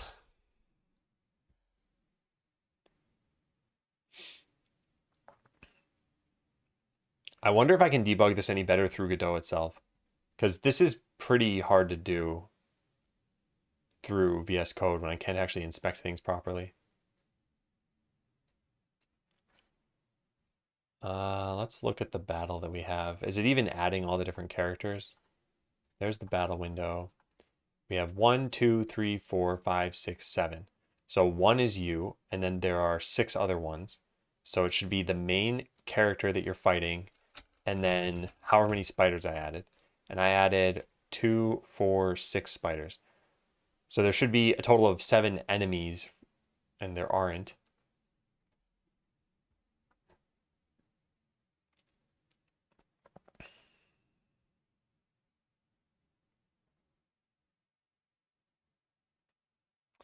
Okay, I'm going to try to make this easier to understand.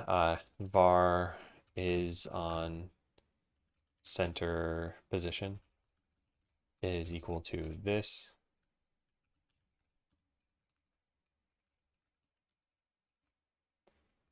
Okay, so if we're not in the center position and we're not placing the primary character, then put them down. Then no matter what, add this stuff.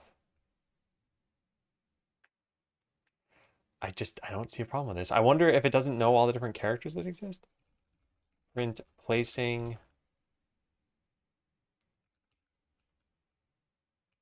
character data dot character class. Yeah, whatever. I'll just do this then. Placed at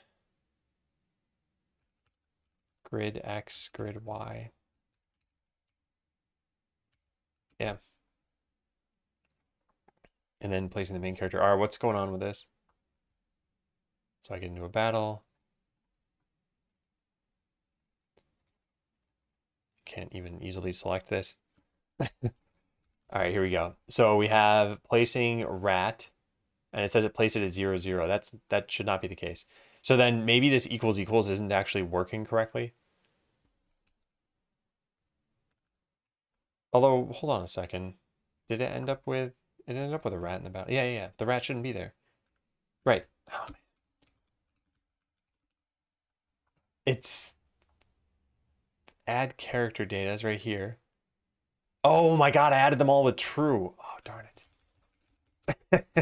Whoops, they're all primary characters. That's why this is breaking. Oh man, does that fix things? Ah, that fixed things. Except for now the position 0, 0 isn't being used. Okay.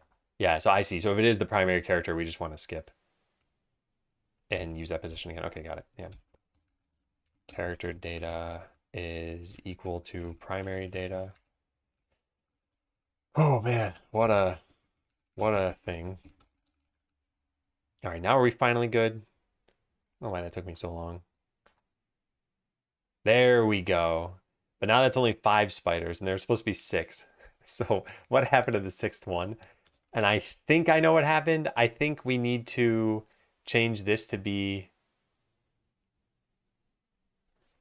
Wait, how do we do this? We're going to get to the point where we want to place a spider. And we're going to try to use the middle position, but we can't. And then we're just going to go to the next thing. Yeah, so I see what we need to do. We need to increase the grid position and know that we haven't used this yet. All right. 6th one is out to lunch. Snacking on goblins. Yeah, I know what the problem is. I should be trying to place this in a different spot, but instead I'm just doing nothing, so it's not going to be placed at all. I'm glad we tested this.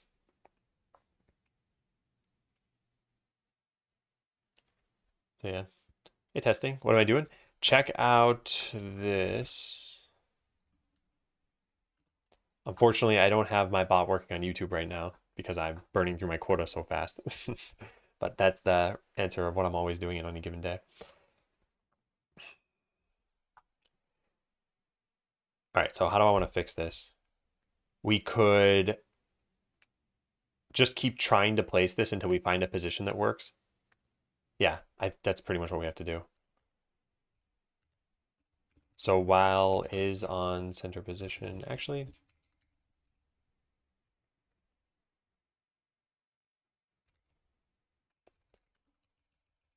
yeah, so we do this. Okay, this is weird. This is definitely hacky, but I think this should work. It's just me copy pasting and doing things quickly. So it did not work. Now, why not? Oh, because I need to advance this again. Okay, yeah, we're gonna have to do this properly then.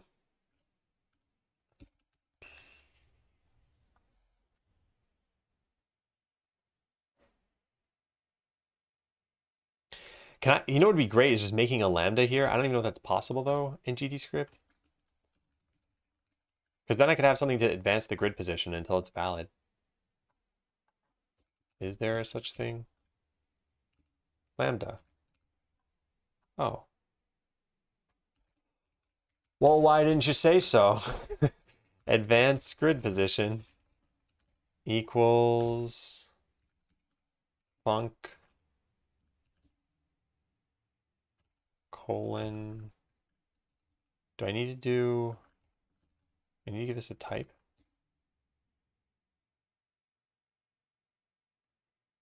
And you can name it and you can presumably put it on multiple lines. Pass. Is this valid syntax? Anonymous lambda has no static return type.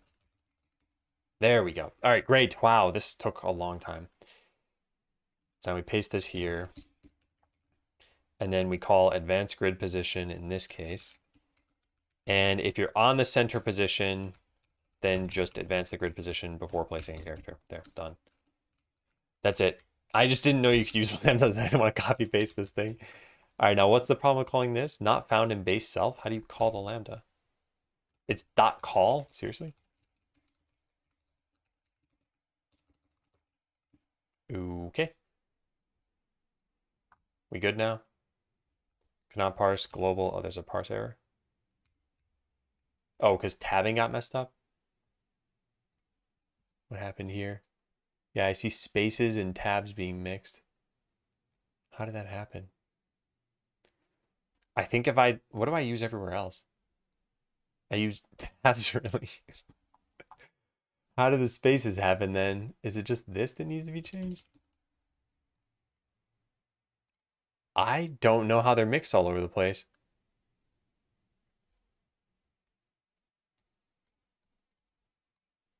Yeah, even in this file, there. Ooh, this is very messed up. It wasn't messed up when I was at this point. Then I hit save and everything got borked. Doesn't look messed up now either. I don't know what happened. I do not know what happened there. And now this is broken. Oh, how fun.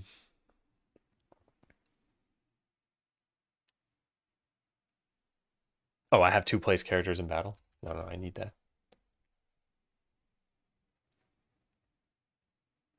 Huh, I'll just debug this. I don't know. I really need to figure out how to debug this in a way that actually lets me evaluate expressions.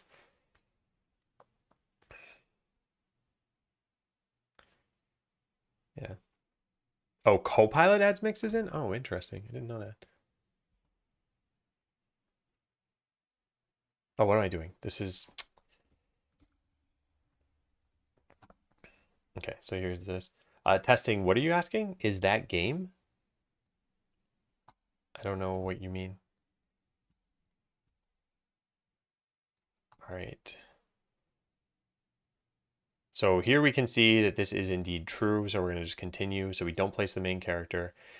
You see this though? It just continued. Man, maybe it's because skipping over continue makes that happen. Let's try it this way. No, you can't even debug this. What? That's not what continue should do.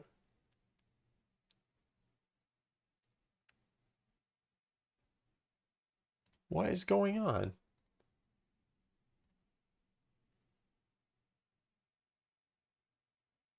Oh, wait. Oh, I think this is a stranger thing that's happening here. I think what's really happening is we say to skip this line and it looks like it's going to here, but it's actually not. It's not calling this line. It's going right back into the for loop. No, it is. Never mind. I don't know. I don't know what's happening. I don't know how to debug this. I mean, you are coding for game or something else. Check out the today command. It should answer your question. Yeah. And if it still doesn't make sense, then just, kind of poke around with the other commands that are there. Is continue acting like a line break or something? I'm not even sure. We're seeing. All right, so I'll do this, right? Print continuing. And then here we'll print placing non-primary. And then here we'll print placing primary. Okay, so now let's go run the game. And it'll get me into a battle. There we go. So you can see that it's doing a bunch of like placing non-primary after. Oh, wait a sec. Oh my God. I'm a dummy. Oh, darn it. I forgot. Replacing the main character and then the enemy characters. Oh man. Oh, I feel so stupid. Oh man. Well, I still can't evaluate expressions, but yeah, this actually makes sense now what's going on. I forgot about that I'm calling this twice. Oh, I'm being so stupid. I think it's one of those days where I probably just needed more sleep. Okay, so here we're going to continue once, and we're going to go back into this.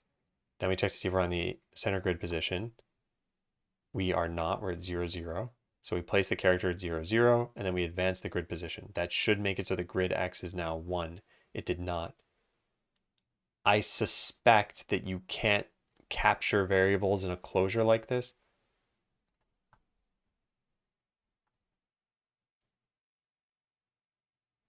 Capture the local environment. They're passed by values, so they won't be updated. The cat did not keep me up, no. Oh, that's too bad. Values of the outer scope behave like constants. Therefore, if you declare an array or dictionary, it can still be modified afterward. Oh, this is too bad. So I'd have to have this return what the grid positions are, which maybe we can do. I wonder if there's destructuring in this. Return grid X, grid Y. And I guess this has to take in grid X and grid Y, or else it would have. This is so stupid. I mean, if I'm going to do this, this doesn't even need to be a lambda at this point. I guess it doesn't really hurt, but this is, no, it's going to be confusing if it's a lambda. Let's just put this over here. Fine. What happened?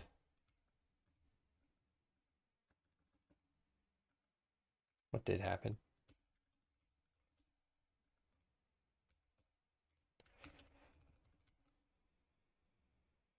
Okay, so func advanced grid position. Put an underscore here. So there we go. Now we just call this directly with grid X, grid Y. Same thing down here. And then we just need to set the results, which hopefully we could do like this. This is at least how Python would work, but I don't know if this is how GDScript works. No. I don't know what this is even called in Python. What's happening here? I can't open a new tab. Huh.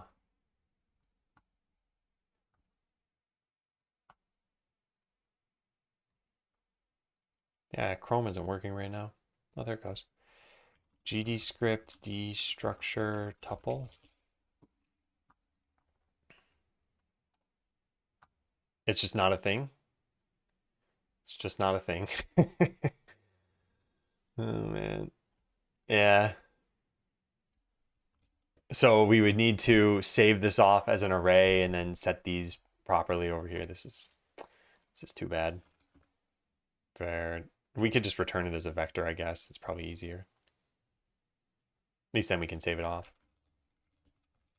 Vector 2. Return vector 2. Unpacking. Yeah, I think you're correct. All right, if we're going to do this, we might as well pass it in as a vector 2. Position vector 2. Or grid pause or something like that.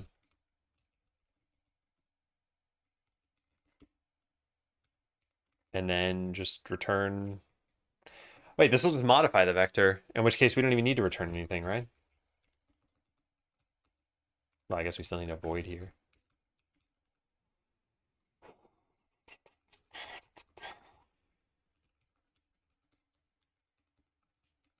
All right, then we just call this on grid pause. And this here, and then just change all of the grid underscore x's and y's to be grid positions. Grid pause.x. And then same thing here, grid pause.y. Then take this in as a vector 2.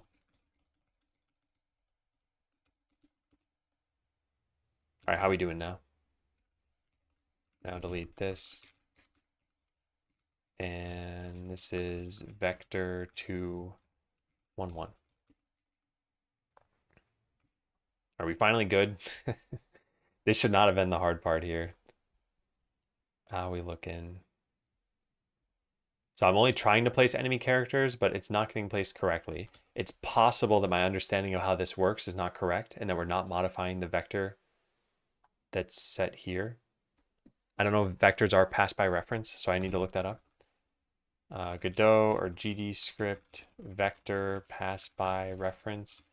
It would appear that they're being passed by value. I don't know though. Reference.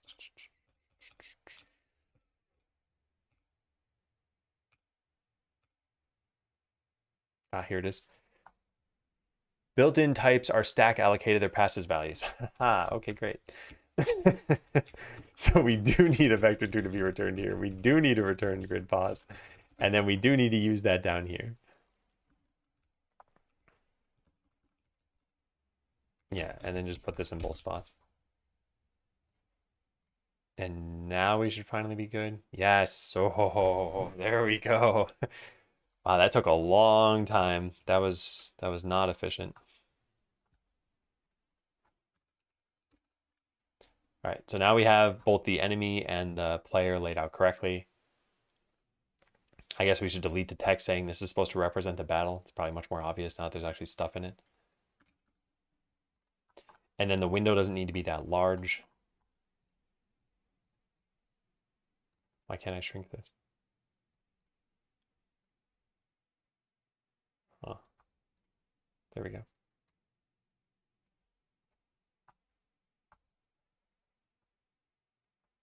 Okay, it should be a little bit larger than what I just made it.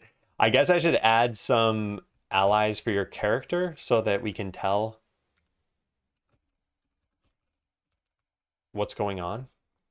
So let's see, 1, 2, 3, 4, 5, 6, 7, 8. So there'll be 8 spiders on the enemy team, and you'll just get, I don't know, you'll get a bunch of slimes.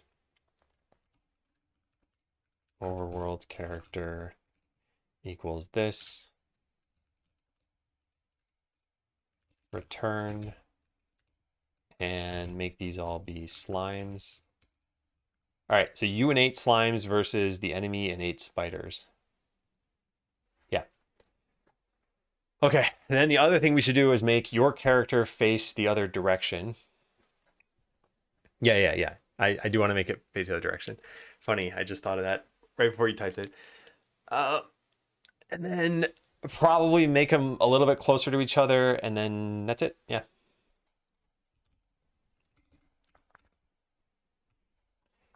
So battle window. We'll make them a little bit closer. There we go. And then the sprite, I guess we need to know if it's for the character or not, is player. Yeah. Is player bool if is player sprite dot flip h. There we go. Nice. Now probably add some padding. How is it that the characters... Oh, because I added 30 pixels. Yeah. So the way I'm picturing this working, and maybe we need to change the padding a bit, so actually I'm not going to modify that right now. The way I'm picturing this working is that you will see your 3 abilities show up at the bottom, and they'll have some cooldown indicating when they can be used again. And you just click one, and it uses it. That's that. That's the battle. We probably need life bars over all of the different players or under them or something. Yeah, so we'll need to change the spacing and everything, and then we'll just say abilities go here. So for abilities to work, I guess we'll just make them sprites or something. I'm not sure. Battles don't start fully automated, no.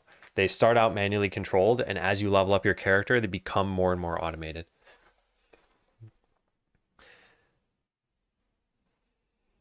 So we'll add in the ability buttons later, I guess. Let's see, where do we leave off with this? So show a battle scene above your characters, show the general layout of players and enemies. There should be some battle entity that I create. Yeah, so we don't have that information yet. These are literally just character sprites. So they are going to need to be like a battle character. So let's go do that. So make a new scene, call this battle character, and give it a script. Probably, right? We're going to need some way of representing this, yeah. All right, just delete this stuff. And then save this as battle character. And then give this a class name of battle character. And then go instantiate this in the battle. So now instead of this, yeah, we have a sprite, but we also need a battle character. It's this equals, we need to load the scene in. Packed scene.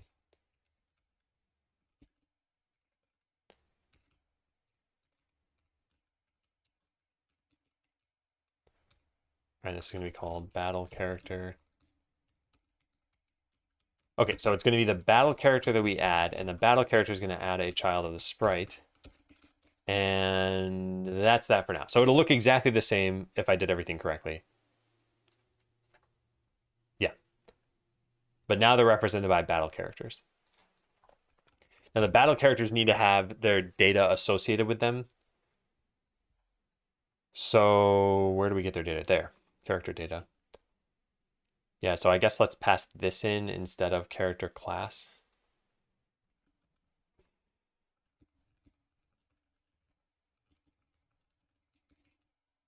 And then this will be character data. And then we associate that here. So battle character dot this. Actually, let's just init it. I think it's fine.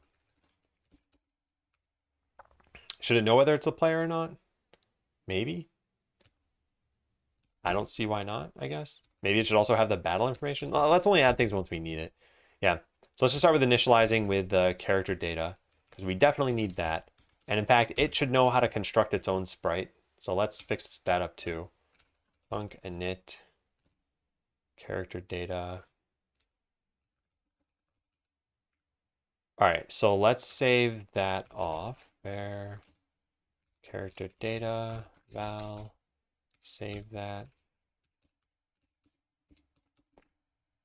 All right, then I think we can figure out all of this from here. So now we can delete this and all of this.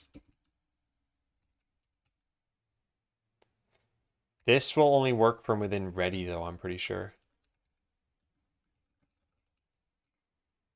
All right, so character sprite dot create this. Oh, grid positions and stuff. Oh, darn it. I guess this should know its starting position. We could just add this and then set it from init. So we do it in reverse order, essentially. Oh, except for it still won't know its position. What am I doing? So we need to give it its starting position. I feel like none of that should be saved though. Could we do that, I wonder? It's the sprite position. We actually don't want it to be the sprite position. We want it to be the battle character position. And I guess we do need is player passed in because it's used right here. Whether or not we need it saved is different. All right, now what are we missing? Indent doesn't match.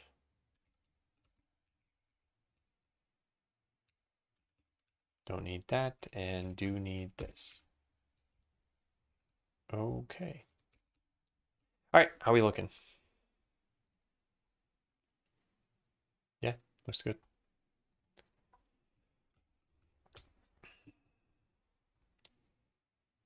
All right, what's next? So done with that, done with that. Show life bars for everything. Let's hold off on that for now, maybe. Yeah, I think that is important for the prototype. I think that's part of the fun is knowing how the battle is going. But I don't think that's important yet. I think we need to show your abilities. And then a cooldown bar for when it's your character's turn. I guess this will be obvious enough because you'll see stuff happening in the battle. I think I want to just delete this. Yeah, I'll just write canceled because I think this will be obvious.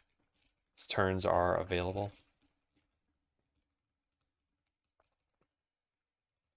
All right, so show life bars, hold off on that. Show your 3 abilities with some indication of how long the cooldowns are. Maybe start by hard coding 3 ability buttons. They all just do 5 damage.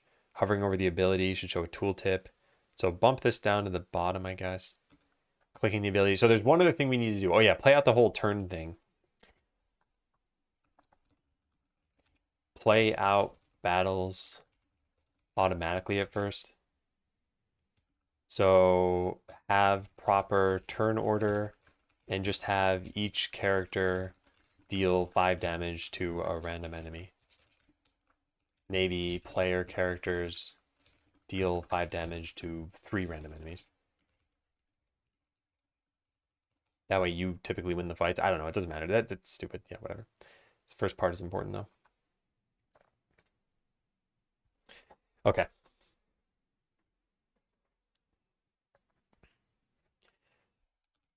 It might be worth committing what we have so far.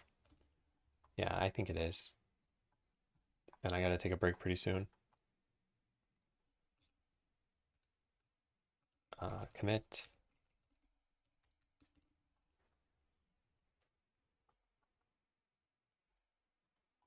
I mean, even just getting to this point is pretty good.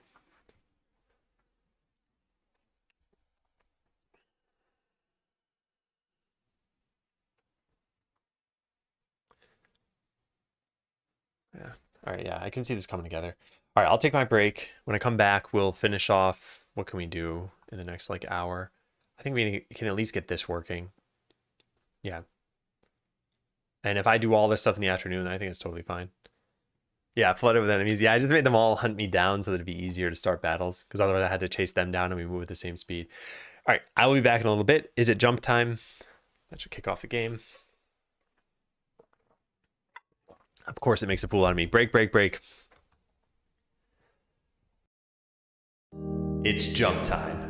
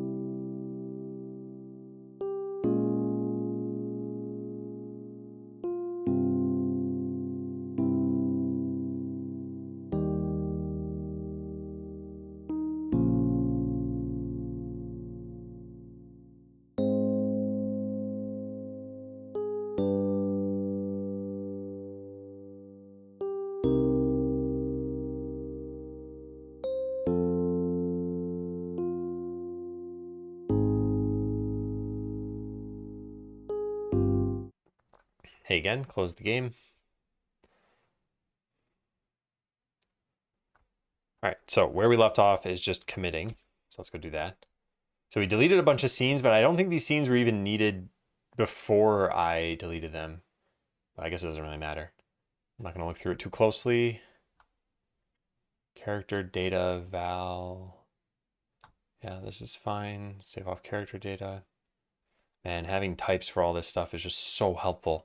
I can't imagine doing something like having character data with no type and then passing it in here and just being like, what is this?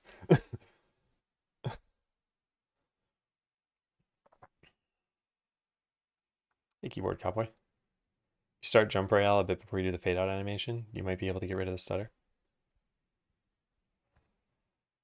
Yeah, I'll have to look into that. Hey, Batman, what is this? Check out the today command. It's got a little bit more of an explanation for it. It is a new game that I'm working on, though. This is GD script. And I don't think I have a command for the specific language because I end up doing quite a lot of different languages on the stream in general. But yeah, it's Godot's sort of like default scripting language. I guess they got rid of visual script too at some point. Yeah, on exit battle, I'm a little torn on whether this is even important. There's a okay, here's the thing. There's this edge case that I don't even think will really play out a whole lot, which is you get into a battle with, say, 9 enemies. You kill 3 before dying. Now, another character gets in a battle with that enemy. Should there be 6 enemies or all 9? And like, I don't really care right now, to be honest. I don't think it matters. But for like way down the line when we have bosses, I think it's going to matter for that. So I guess I should probably keep track of some like post prototype changes. So these are tasks that almost certainly don't matter for the prototype, but will probably affect the game later on. I probably need to reset battles in some way if you lose a fight. E.g., if there are 9 enemies in the fight and you manage to kill a few and weaken some others, we probably don't want that to persist, especially not for bosses. Yeah, I'm just going to leave that there for now. I think it's fine. May want persistent bosses or parties instead of instances. I think I don't want boss battles to be persistent. Because, okay, if they're persistent, what it means is that you can just fling yourself at a boss a bunch of times and eventually win the fight. You just need to do 1 damage every time. and that's it. You're slowly making it farther toward victory. I don't like that idea. I'd rather just reset. But I don't think we're going to code that for here. So we're just going to delete this entire function. Good. Now what else do we have here? We added in the spider. We don't want to check this in. Yeah, we don't want to check in this thing, but if we do, I guess it'll be pretty obvious that I checked it in. Create player overworld. Yeah, that's fine. This is also fine. Fine. Yep, looks good. Yeah, all this looks good, except for we don't want to check in this thing. So let's just not check in enemy overworld character. Okay, so place characters in a battle. There's no actual battling yet. I also deleted some unused scenes. I think these could have been removed in a past commit, and I just didn't think to do that. Okay. All right, so now let's do this. Git push. Cool. Oh, by the way, I can show you the game, what we have so far. It's really not much, but it'll give you an idea for what's going on here. So You start, this is all a prototype. It's not going to look good for a very long time, if ever. And you just click start new game. You'll have a way of continuing or going to options. You pick your first character class. So there's some description here. None of this really matters yet. So you can pick one of these. We pick rogue, we hit start. And now you can move your character around in the overworld. You're not supposed to be able to move it in this gray space, and the enemies aren't all supposed to collect up right there. This is all just a prototype. So you'd have different zones in the game, and it'd have different enemies. And then when you move on to one of them, you'd get into a fight. And then you'll eventually have little ability buttons right here, and you'll see your characters, use the abilities that you click. As you level up, your abilities will just be automatically chosen some of the time, and then most of the time, and then all of the time. So that at some point, your character is just playing out battles automatically, completely. And then at some point, you're probably also automatically moving around the world on its own. So it's like, you can just have this character be on autopilot now, and you can control what abilities it has. You can go look at another character, what they're doing. There'll be lots of different regions in the world you can go look at. And we're testing, is that even fun? Is that a fun idea? So I think it is, but I think that maybe after an hour or so, you're probably like, okay, what am I actually doing in the game? I think that's probably the biggest risk right now. And then we need to figure out, what are you doing? What systems do we need to add?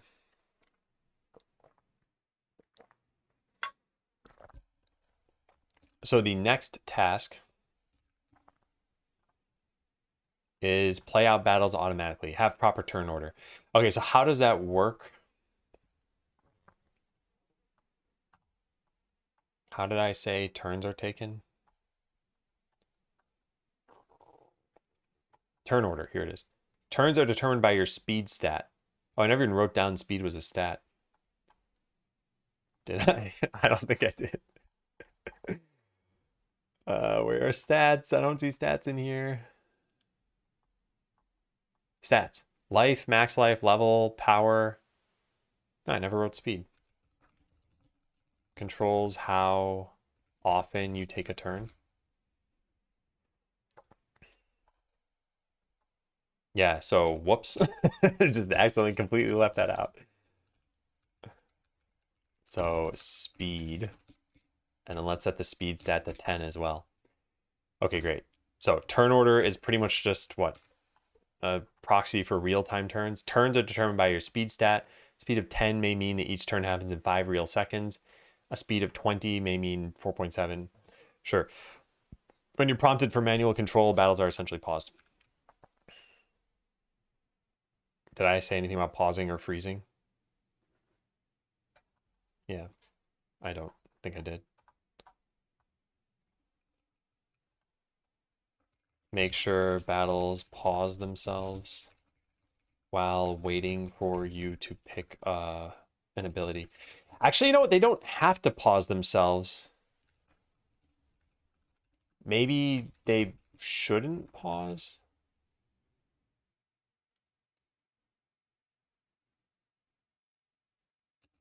I don't know. I don't know how I feel about this. We could probably just test it both ways. Okay, so we have the battle window. We set everything up.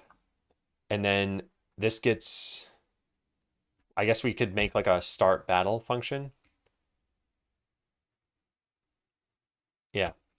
Start battle.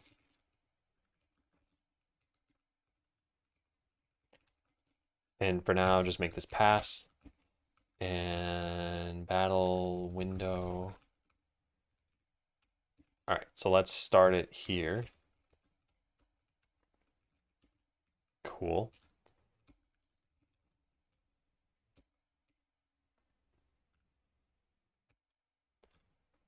I did not mean to do that. I was trying something. All right, so starting the battle means that every... how are we going to do this? Because we have character data and it has speed, but it doesn't know things like what are your cooldowns and whatever else. And those need to exist somewhere. You have some equipped abilities. Maybe there will be battle data. Like this is just what persists. Alternatively, we could put your cooldowns and stuff in here. I guess some characters won't even need them. I think for now, let's throw this stuff into here. So we'll set something like var, how's this going to work? We need a number of like real seconds until your next turn.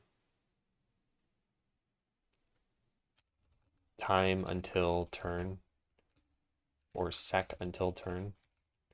No, time I think is fine.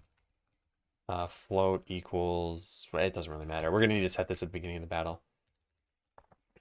So we need to save off all of the battle characters that you have in the battle, and they all need some kind of turn. So battle characters, well, I just knew what I wanted.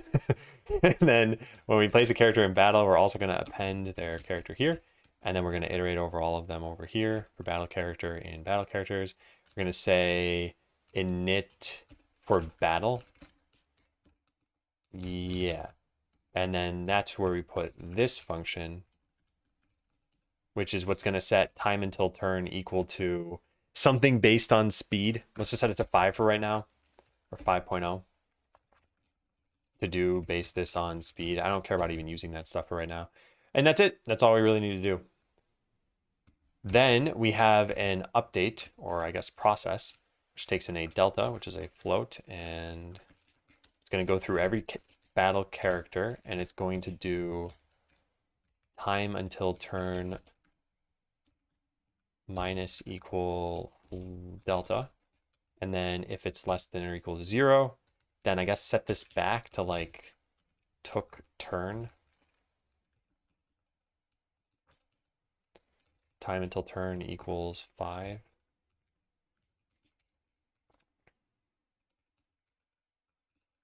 Get time until turn reset value. Return 5.0. Yep. This will be set over here. And here too. And then this to do item will go down to there. Yeah, cool. So took turn. Take turn. I don't know what we want to say. Took turn.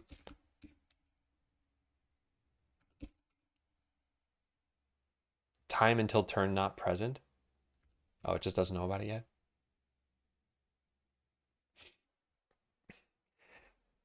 Okay, now in this case, we're going to need to pick an ability.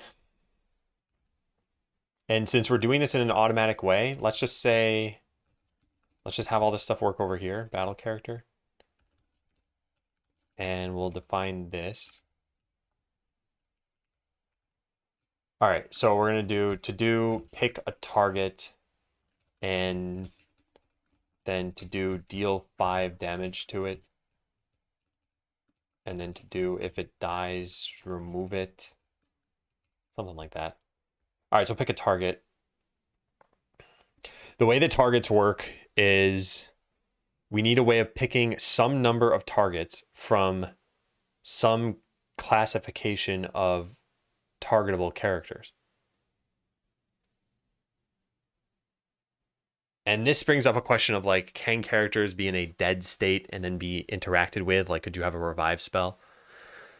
And I'm not going to worry about that because it's a prototype. So let's just make this simple. We're going to say pick target. Hey, Rust. How goes it? Pick targets. Pick targets. So we'll have the character that's doing the targeting. We'll have some kind of flags here. So we'll say enemy. And we want to pick one of them. Yeah. Targets is an array of battle characters. Is this what I want to do? I'm not really sure. Yeah, battle characters have a data on them, don't they? Yes, they do. Okay, good. So this is actually not correct here. This should have been in character data. Take turn on battle character. That is not even correct. It's take turn on, oh darn it. Ooh, all right, this is dumb. Yeah, this is dumb. All of these should be in a different spot. Spiritman, 4 years. Thanks for the resub. What editor and language and OS and keyboard is this? All of those things are answered in either the commands thing or in the FAQ, whichever you prefer. So if you go over to the commands database and type editor, or if you type keyboard, or if you type OS, well, actually the OS I guess isn't answered. It's just It's a Mac. And the language is actually GD script. That's not answered here either because it's hard to keep that up to date. I sometimes switch between a lot of these different, a lot of different languages. So yeah, Mac OS, GD script, and the others are in the command thing. All right, so we just move all of these things. And I guess put this here with time until turn like that. Yeah, so init for battle is really setting the time until turn just right here. So we don't even need this anymore. Init for battle. Yeah, just delete this. I guess nothing really needs to happen here. And then, yeah, base this on character data dot speed. Okay, that stuff looks good. So now what are we doing here? Now this has took turn, and then take turn is over here for this. So we get targets, and there is no function for getting targets. So let's go make that. Func pick targets.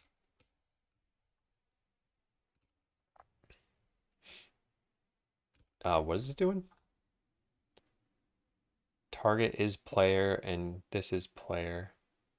There's no is player. It's like, actually maybe there is. Battle character. I never saved it. Probably should. I could also split this up based on your, like this is just all of the characters in the battle. I could split it based on player characters and enemy characters. I don't think there's much of a need to do that. I don't think I'm gonna worry about that. But I do think we need to save this. Is player. Val is player. Okay, so now that this is saved off, we can use this over here. So what we're looking for is to pick some number of targets. So I guess we would get the possible targets. There might be qualifiers here eventually, which could make this a little bit tougher. Like pick the target with the lowest life. So you would get the enemies and then you would sort them. So in this case, let's just have it get the enemies.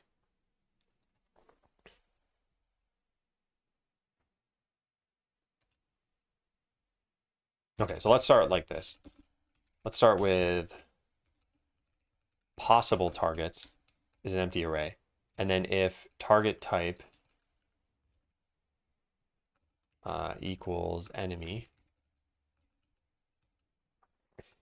So now we go through all of the characters and the targets is player needs to be different from the battle characters is player.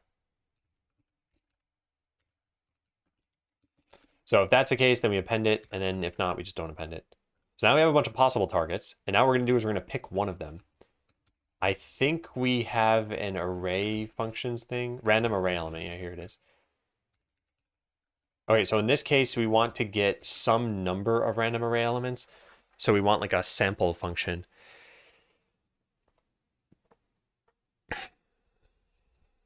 And we want this to pick unique elements.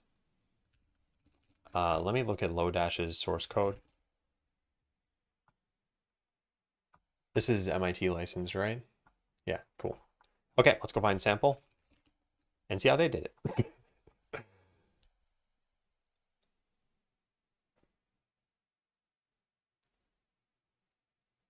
uh, what? Apparently sample is not what I thought it was. What am I thinking? Let me see sample here. Oh, sample size. Aha. Get n random elements at unique keys. Okay, how does this work?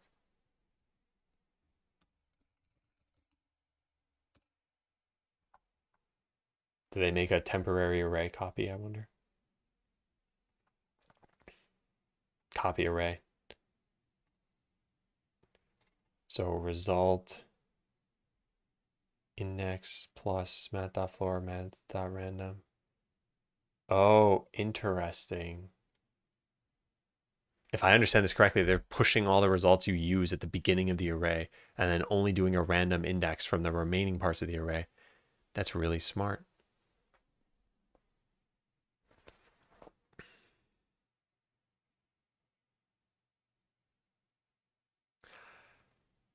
Yeah, that's really smart. I mean, this is MIT licensed, so we could just use this code. Hey, Vafi, it's going well. What is that? That's because a lot of people ask how old I am, and I want them to have the answer, but just not immediately.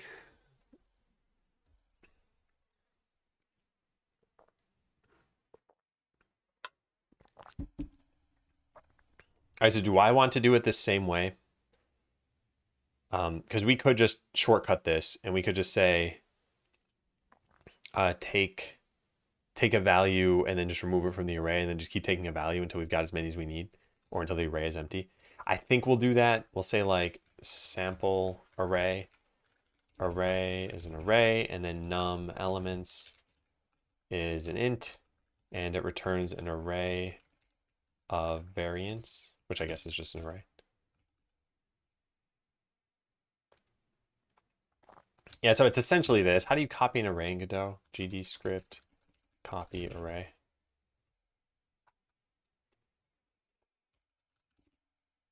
To get a copy of an array that can be modified independently, use duplicate. How do you use duplicate? Returns a copy of an array. Is this on array, or is this on? I think it is. Yeah, it is. It is. Okay, good. Yeah. All right, cool. So bar array or copy, I guess, equals array.duplicate. And we have the result. And we're gonna go through num elements if copy size is 0, break. Otherwise, how do we delete an element from an array? Erase. Moves first occurrence of a value. Is there like a slice? Oh, there's a slice. You know what, then fine. Let's just code what they did here. I think this is just easier anyway. Just copy the whole thing, I guess.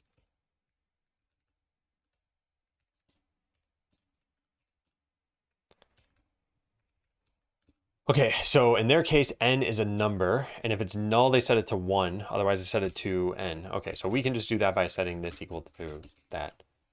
In fact, yeah, sure. Okay, so that part's done now. Now the length of the array, if the array is null, set it to 0. So if you don't pass in an array, or if there are 0 elements anyway, then just return nothing. So I don't know if we even really need to do that, but if array equals null or array.size is 0, return 0. Cool. All right, done with that now. Now n equals, if n is greater than length, set it to the length at most, otherwise use n. So yeah, cap the number of elements. We could do this later, but I guess we can also just do it now. How do we do this? So num elements equals the minimum of num elements in array.size. Yeah. All right. This got copied without a space here. How did that happen? Or did I delete that? So let index equals -1, bar index int equals -1. Last index equals length -1. Length is not actually defined anywhere. Array.size -1. Result equals copy array. How am I doing GD script and VS Code?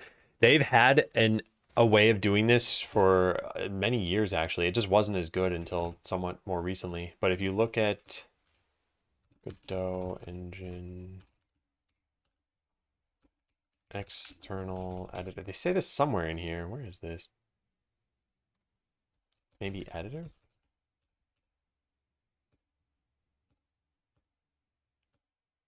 I know I have notes on this somewhere. External editor. Ah, here it is. Yeah, using with VS Code. This is what you want.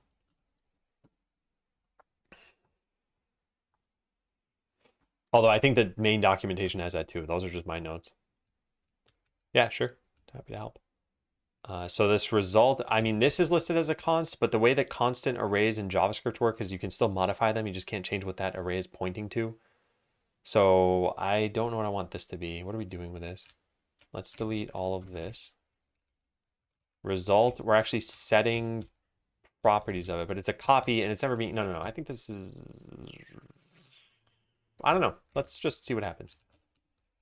Okay, so this is going to be array.duplicate.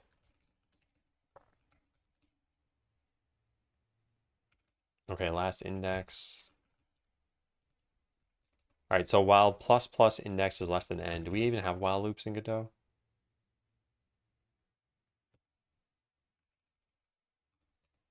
Plus plus index, actually, let's keep all that, I guess, is less than n, which is array.size. Get index plus math.floor, math.random, last index minus index plus 1. I think this should be correct already. Then set the value equal to the result of that index. Then set this, then set this. Yep, looks good. And then return a slice of all this stuff. So return result.slice 0 num elements. Yeah. All right, I think we've converted the code. Now, what is the problem here? We can't use plus plus index. And this is a pre-increment, so we need to do it this way. We just start this at 0 and then do an index plus equal 1 at the end. All right, now what's the problem? Assign value for constant last index isn't a constant expression. You know what? I don't care. We're just at these bars then. Cannot infer the type of value because it doesn't have a set type. Yeah, this is the variant. Let's just delete that then. All right. I think that should work. We should try this out because I almost certainly didn't do that correctly the first time around. Wait, it has pick random? Are you serious? Oh my God. What is this? I didn't know this existed. Returns a random value, prints an error, and returns null if the array is empty. Wow. They don't have a sample thing, did they? That would be really sucky. Yeah, thanks for letting me know. I didn't know that existed.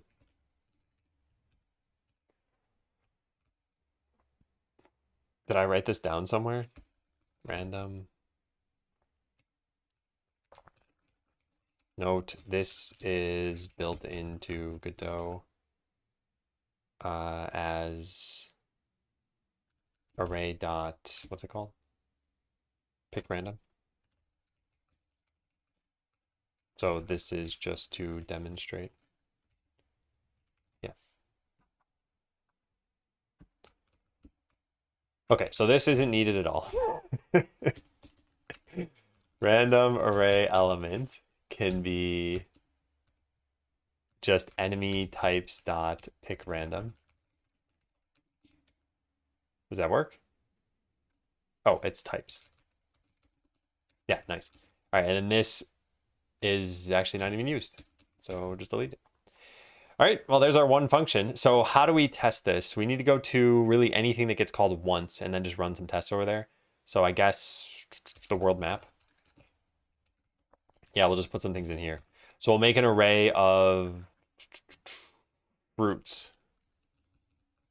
Is an array of apple. But can it just fill this in for me? Thank you. Okay, there are fruits. And then we're going to sample array functions dot sample array var. Actually, let's just print this out a bunch of times. For I in range 10. All right, so result equals sample array fruits, and then print result. All right, let's see how that goes. Start battle is not present on battle window. Wrong, it is present. This is probably still not going to run. Battle window, couldn't parse. Yeah, I think I just need to restart Godot. If you don't care about doing extra work.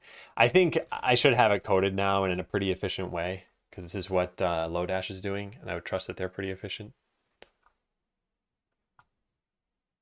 What is all this? What is all this red? Could not parse global class battle window. Why does it keep saying that? I have... Oh, maybe there's a parse error in here? Ah, right, I never actually wrote this. Okay, so let's do this and this and this and delete that there. Expected block after what? Not anymore. Wait, is this another tabbing thing?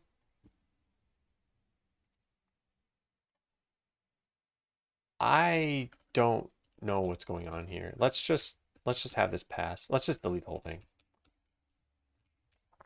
And I guess delete all of this too. And have this just be pass. Yeah. Does it run now at least? Yay, except for I have a title screen. I don't want a title screen. There. Okay, what do we get? What did we get? Where's the output? Here it is. This cannot be correct. This is not correct. So it's picking... Oh, what's going on? It's picking one... Oh, yeah, it's picking one. No, that is correct, because I forgot to say to pick multiple fruits. Yeah, this should have been I. So we're going to sample one... No, we're going to sample 0, actually, and then 1, and then 2, and then 3, and then 4. So we're basically going to test like everything at once. Oh, come on. Stop it. Stop it. Why does it keep doing this?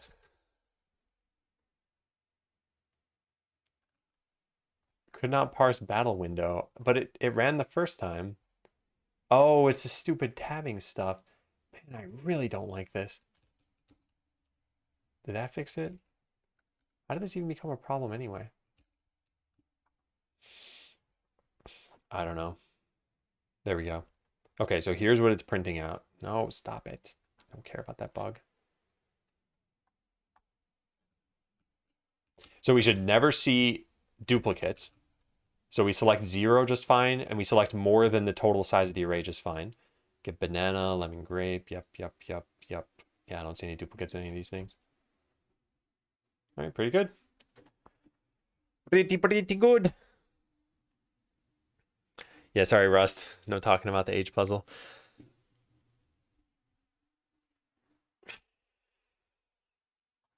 All right. Now let's give credit where credit is due.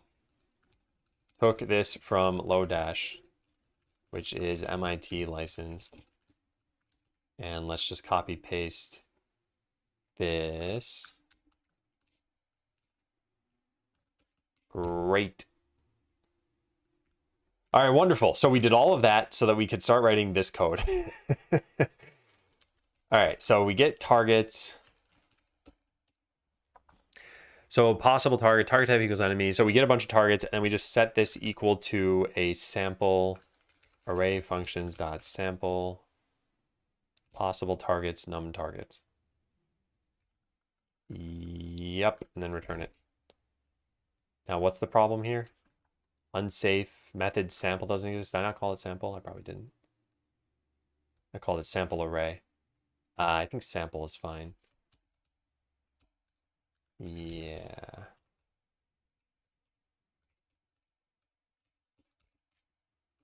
All right.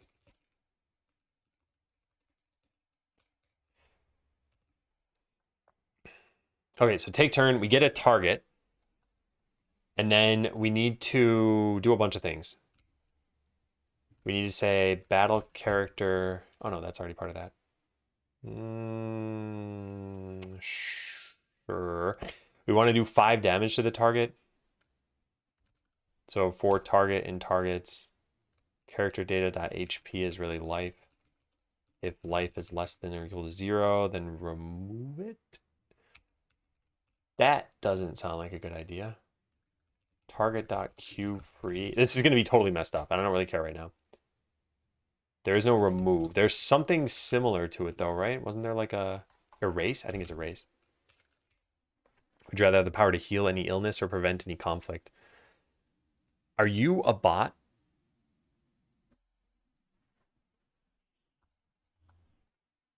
Nope. Why do you go into streams asking people this? I'm just curious. I mean, like, your account seems like it's named such that you would go into people's streams asking this. But I want to know the rationale behind it.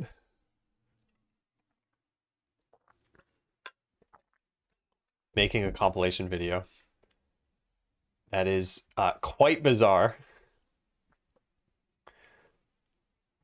What's the goal of the compilation video?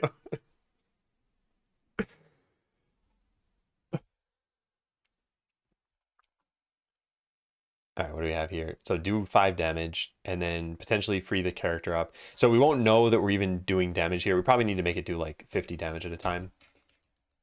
And then we erase this and remove them from here. All right, let's try this out. If the compilation, wait, what? It's to see how people answer hard questions, but then why make a video on it? Time until turn is not there in character data. Oh, I think I removed this. Yeah, whoops. All right, delete these. Okay, so we should see things start to disappear pretty soon. Which is like a really bad... Oh, there we go. Yeah. All right, the slimes are winning. And there we go. Now we are at an error at line 89 because we try to get targets, but we don't have any. That shouldn't be a problem, actually. Why is that failing? Trying to assign an array of type array to a variable of type. Oh, because there's nothing in it? Oh, that's kind of stupid. That's kind of stupid.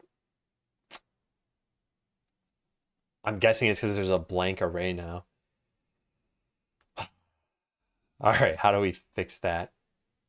I guess in this case, we were doing result.slice, but there is no, all right, what if we did this? What if we did array.slice 0, 0? Is that doable?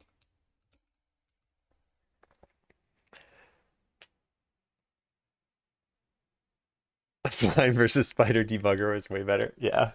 This is super hacky. All right, so here's how we're gonna fix this, or how we're gonna test it faster. We're gonna test it faster by just making it so that players get their turns way faster. So once every second. So now we should see the battle drain out faster, and ideally there's no bug now at the end of it. Yes. Oh, this is bad. This is bad. This is why you need generics in a language. Because look at this. This is super confusing, right? You'd be like, why are you not just returning a blank array? And the reason why is because then we get the type as array, whereas we want the type to contain whatever it had originally in it. Ooh. All right, so I'll just say the slice here is to maintain the type of the passed in array, since generics don't exist at the time of writing. Yeah, that's kind of stupid. But hey, it worked. We did all these to-do items. I mean, that's the basic battle flow. It doesn't look very good. We should probably show projectiles at some point or some effects or something. Actually, we don't even really need to do that for the prototype. I guess I'll add that to the maybe cleanup stuff, polish. Do I have a polish section? Cleanup stuff, right? If you're doing off stream. What do we have here? Make a scene that can take in a sprite ID. I did this already. Add the title screen music. Split overworld character further. Okay, I should split this into 2 sections. There should be like code, cleanliness, and there should be actual polish, excuse me. Code, cleanliness, and then polish. Split overworld character further, make constants for everything. Yeah. All right, so the new thing in polish is going to be like add projectiles and effects into battles. Yeah. Consider flashing the ability buttons when you can use them. Consider, I don't know, whatever, particle effects. Particle effects on taking damage. Something like that.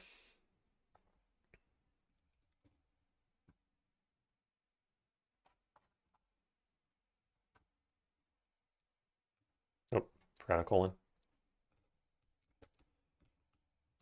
All right, so now where do we leave off on the main task that we were doing here? So play out battles automatically at first, have proper turn order, and have each character deal 5 damage to a random enemy. Good. Now, next up would be show your abilities with some indication of how long their cooldowns are. Okay, how do we want to do this? Maybe we should code the win conditions, actually. I mean, it doesn't really matter what order we do these things in, because we know they're all going to need to exist. Like, there has to be a way to end the battle. Hey, Hammer.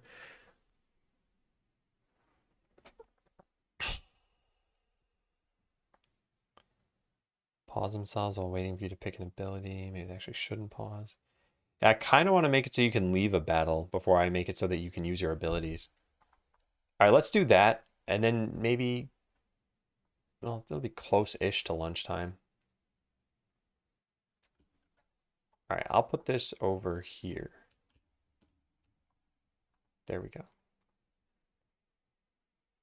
Doing nothing in the drawer, just saying.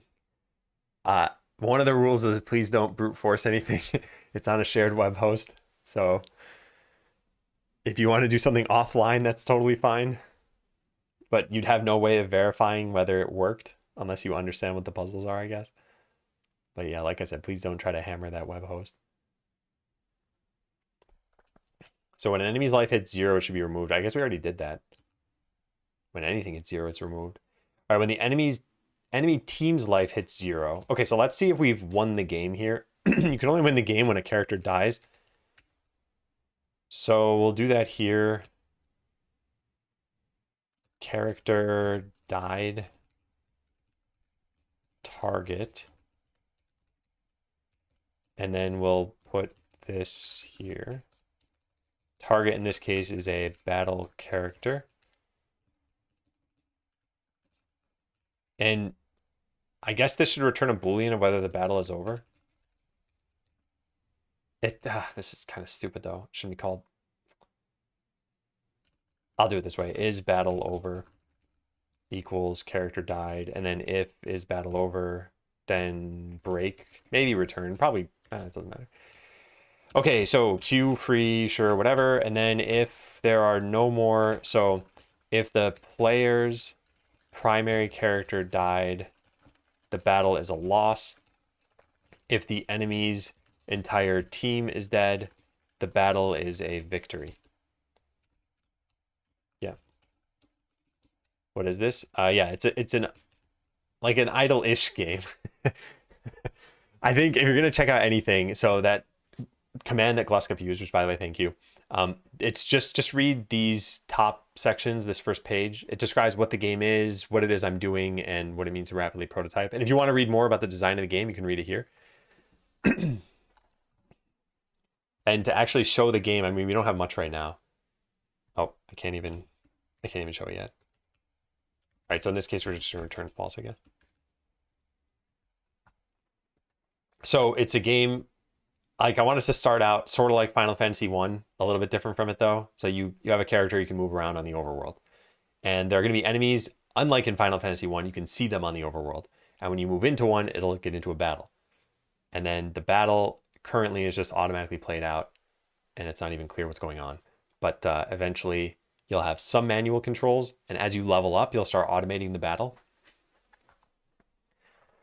So the goal of today, in its entirety, is just get the battles looking like they work, and that they're followable. Again, we're rapidly prototyping, so they're not going to look good. It's just like how this world looks really stupid. The battles aren't going to look any better than what they do right now, probably. They'll have life bars, maybe. There'll be some buttons you can use. There'll be some cooldowns that are apparent, but it's not going to be like, super awesome looking battles. So if the primary character died, the battle is a loss. So we need to know which character is your primary character. Where do we get that information? Right here. Add characters to battle. Player overworld character. Okay, I see. So if player overworld character dot primary character data, what is this? This is a character data, and this is a battle character, equals target dot character data. Then return true. So this is you losing. Okay, and then I don't have an easy way to see if the entire team is dead. We could make it so that pick targets can. Yeah, let's just iterate here. It's fine. For battle character. So if there is a battle character that exists that is an enemy, then we return false. Otherwise, we return true.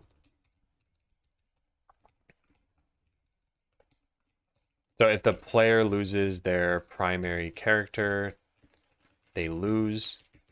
If the player, or if the enemy's entire team is dead, they lose. Or no. This is if the enemy has any characters still alive, then the battle is ongoing.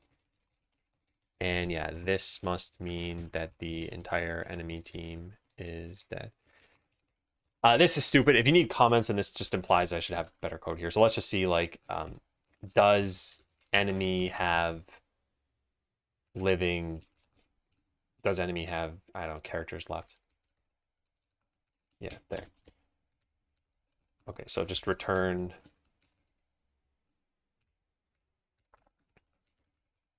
true if the battle is over. So if they have characters left, then the battle is not over. So it's just the opposite of this. There we go. All right, I like this much better. What problem, for lack of a better word, is the player solving when playing this? You mean like what's their decision tree? So the way I see it is it's meant to be kind of a chill, like semi-relaxing game that turns idle games a bit upside down in that it's finite. So you occasionally come in and choose like what are the abilities I want to upgrade and where should my characters be battling. And that's it for now. I'd say it's mostly like choosing abilities and choosing where to fight. And this might not be fun on its own, and that's why we're prototyping this. So it's possible that I code the prototype, people play it, and they're like, okay, it was cool for 30 minutes, but then I'm just kind of standing around watching it. I don't enjoy that. I don't know. We'll have to see.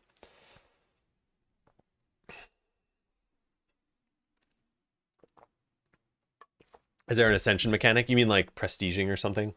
It's not planned right now. No.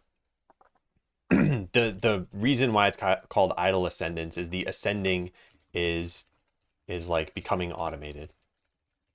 So you start and you manually control a game, and then it becomes automated over time. I think this will work. So we have a way of knowing that the battle is over, but we don't do anything in that case. So I guess like battle ended. We should really know if you won or not, or else we have to do this again.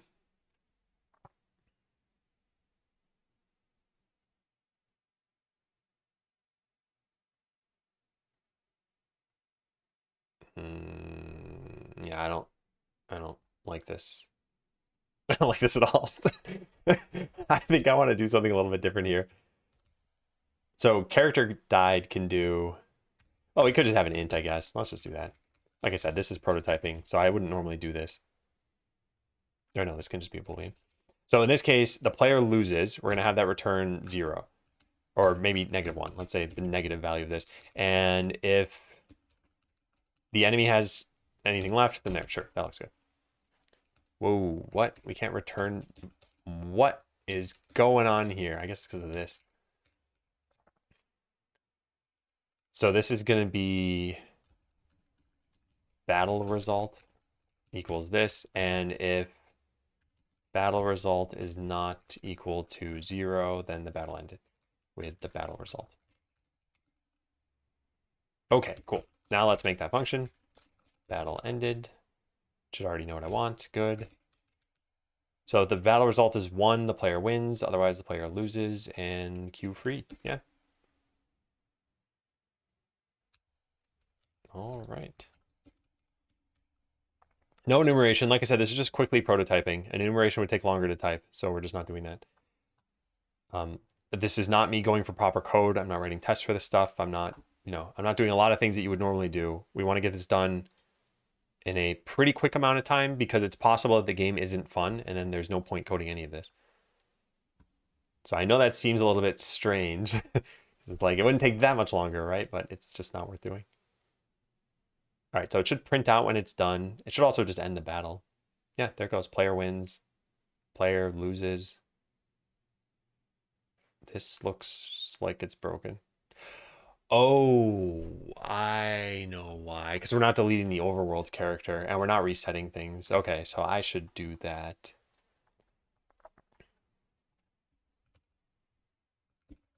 When an enemy loses the battle, delete their overworld character. And tell the spawn region about it so that it knows to spawn another. And for now, when the player loses the battle, just set their life back to maximum for now. So we need to implement resting at some point, and I don't think I have a task for that. Do we have that somewhere? No. Didn't I put some like end of battle thing here? Oh, here it is. Does this have resting in it? Oh, there was this. Okay, allow for resting after a battle if you're not moving, I guess. Okay, so battle ended. In this case, we need to know what we're gonna remove. So in the case of the player wins, we need the overworld character, I guess this. And we just free it. That's not how you do this, actually. This is like definitely not how you do this. Overworld character. There's something I had coded that allowed this to work. Yeah, battle was lost. Here it is.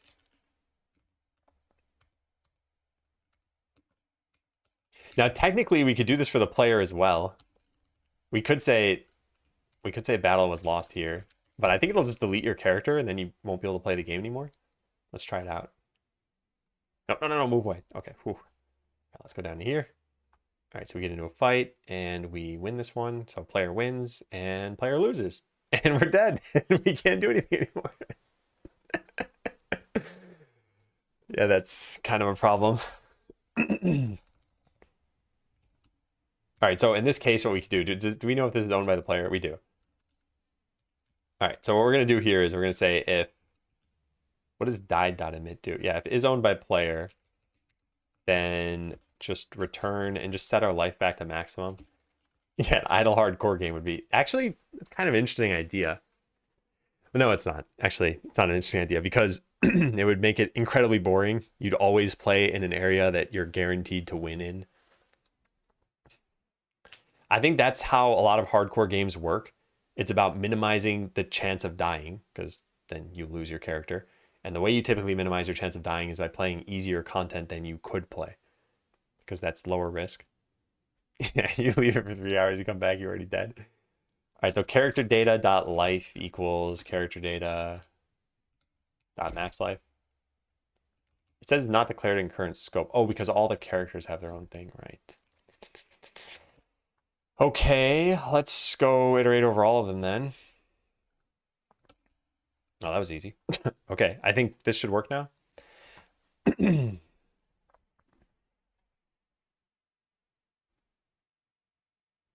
Hang on 1 second. Hang on a second.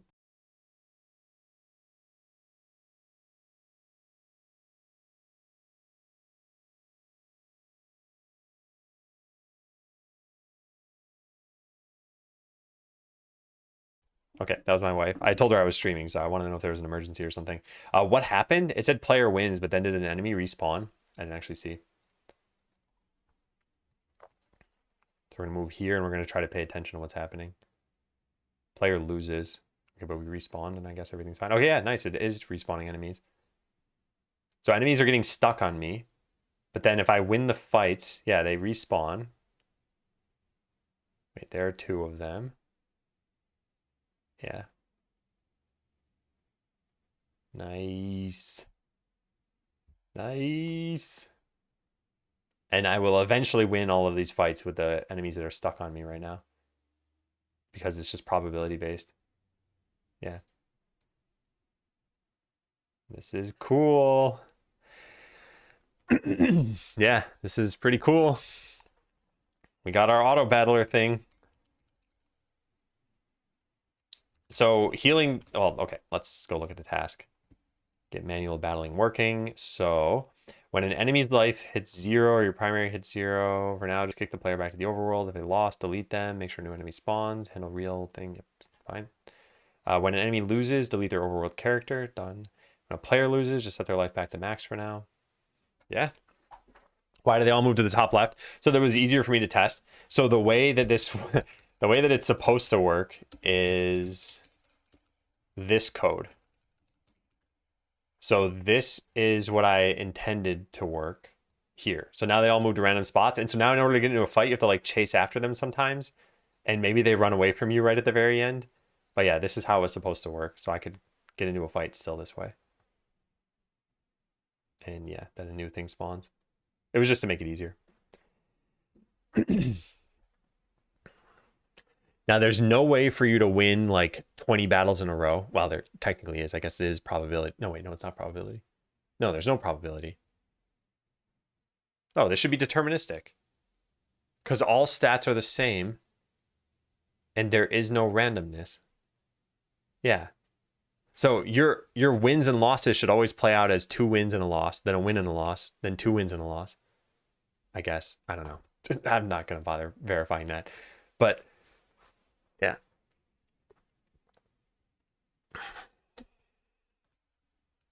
Yeah, this is going pretty well.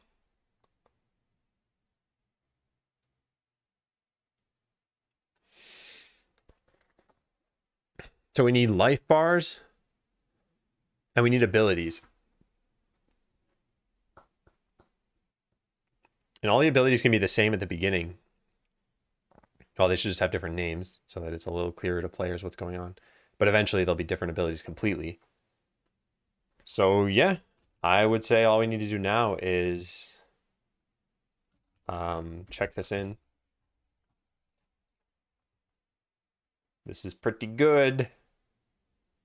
Time until turn is player. Looks good. Yeah, I'm so excited about this. I think this is awesome. I've been having fun working on this. It's cool to see everything come to life. So start battle isn't actually needed. It doesn't do anything. I guess let's just delete it. Start battle. Yeah, delete that. Go back to the code. What else do we have here? Took turn. This stuff looks good.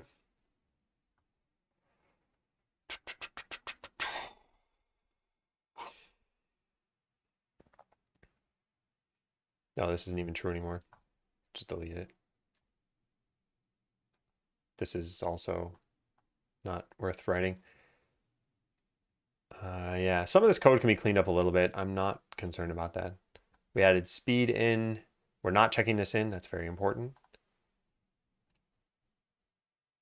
And yeah, I'll say like to do this is temporary code until resting is in the game. All right, so we just don't want to modify enemy overworld character. So check in all of those things. I haven't actually checked them in yet because I need to write something for this, which is allow for resting if you're not moving. This will involve modifying, what's that function? Battle was lost.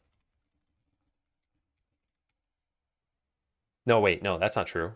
This goes up here. Yes. Okay, so what did this change do? It allowed for battles to play out in the various turns. Yeah. So battle turns now play out. The battles can be won or lost. For now, if you lose, you'll be set back to full life. I believe that life persists between battles, which is what I want, but I haven't 100% verified it. I'm pretty sure that's how it works. Hard wrap all lines, commit. Cool, cool, cool, cool, cool, cool, cool.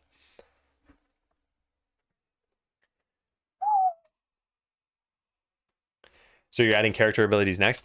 Yeah, I think so. That's what's next on the list, at least. Show your 3 abilities with some indication of how long their cooldowns are, and just hard code 3 abilities, I guess. Yeah, and we can put them just directly into the battle too. Just don't even pull them from the player. Hardcode 3 ability buttons directly into the battle. No need to pull the data from the player. Yeah, post-launch, I'm pretty sure. It's about lunchtime right now. So we'll add in abilities. Abilities are going to be only your primary character needs to use them. Yeah, I should probably write something about that.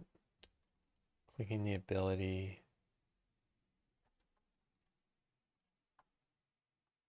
I never really thought about this actually. Yeah, I think only your primary character should be able to use abilities. Only the battle should only allow you to choose what happens for your primary character. So abilities, life bars, and I think that's pretty much it for battles. And then I think the next thing we would work on is skill trees, and skill trees are going to require a decent amount of UI. Where is under UI needs? I need some way of equipping skills. Yeah, choose new ones, see abilities, and then like set which abilities are active.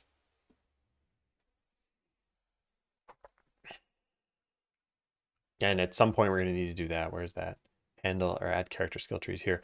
Probably start this by just tinkering with skill trees. First skill anyone gets is the automation one, and eventually need to allow for equipping abilities. And then make sure they affect battles for those characters. Involving those characters, yeah. Okay, yeah. Yeah, well, my original goal was just like get through this task, and we're almost through it. I definitely think we can get this done in the afternoon. And then we would get to, I don't know, what is this one? Show experience that you earned if you lost, handle experience and leveling up. Yeah, probably show your level somewhere. Probably show your level and life above your character in the overworld. Yeah. Didn't use a monospace font for the second age puzzle. Second one. I don't think I remember. Oh, wait. I think it's the third one you might be talking about. I'm not sure. Okay, well, that's it for the morning. So again, I'll just kind of wrap up here and show what we've done so far. So we now have it so that you can get into a battle. The battle will automatically add 8 slimes to your side and 8 spiders to the enemy's side. But the primary characters are put in the middle of the battle. Killing the enemy will make it respawn. And now I can't chase that. They move just as fast as I do, so there's no catching up. So we need to stand in this thing's way. There we go. And your life value persists between fights. So it was actually killing off my player characters, I guess. Yeah, so now I should start this with fewer. I don't. I think that might be a bug. I need to write that down too.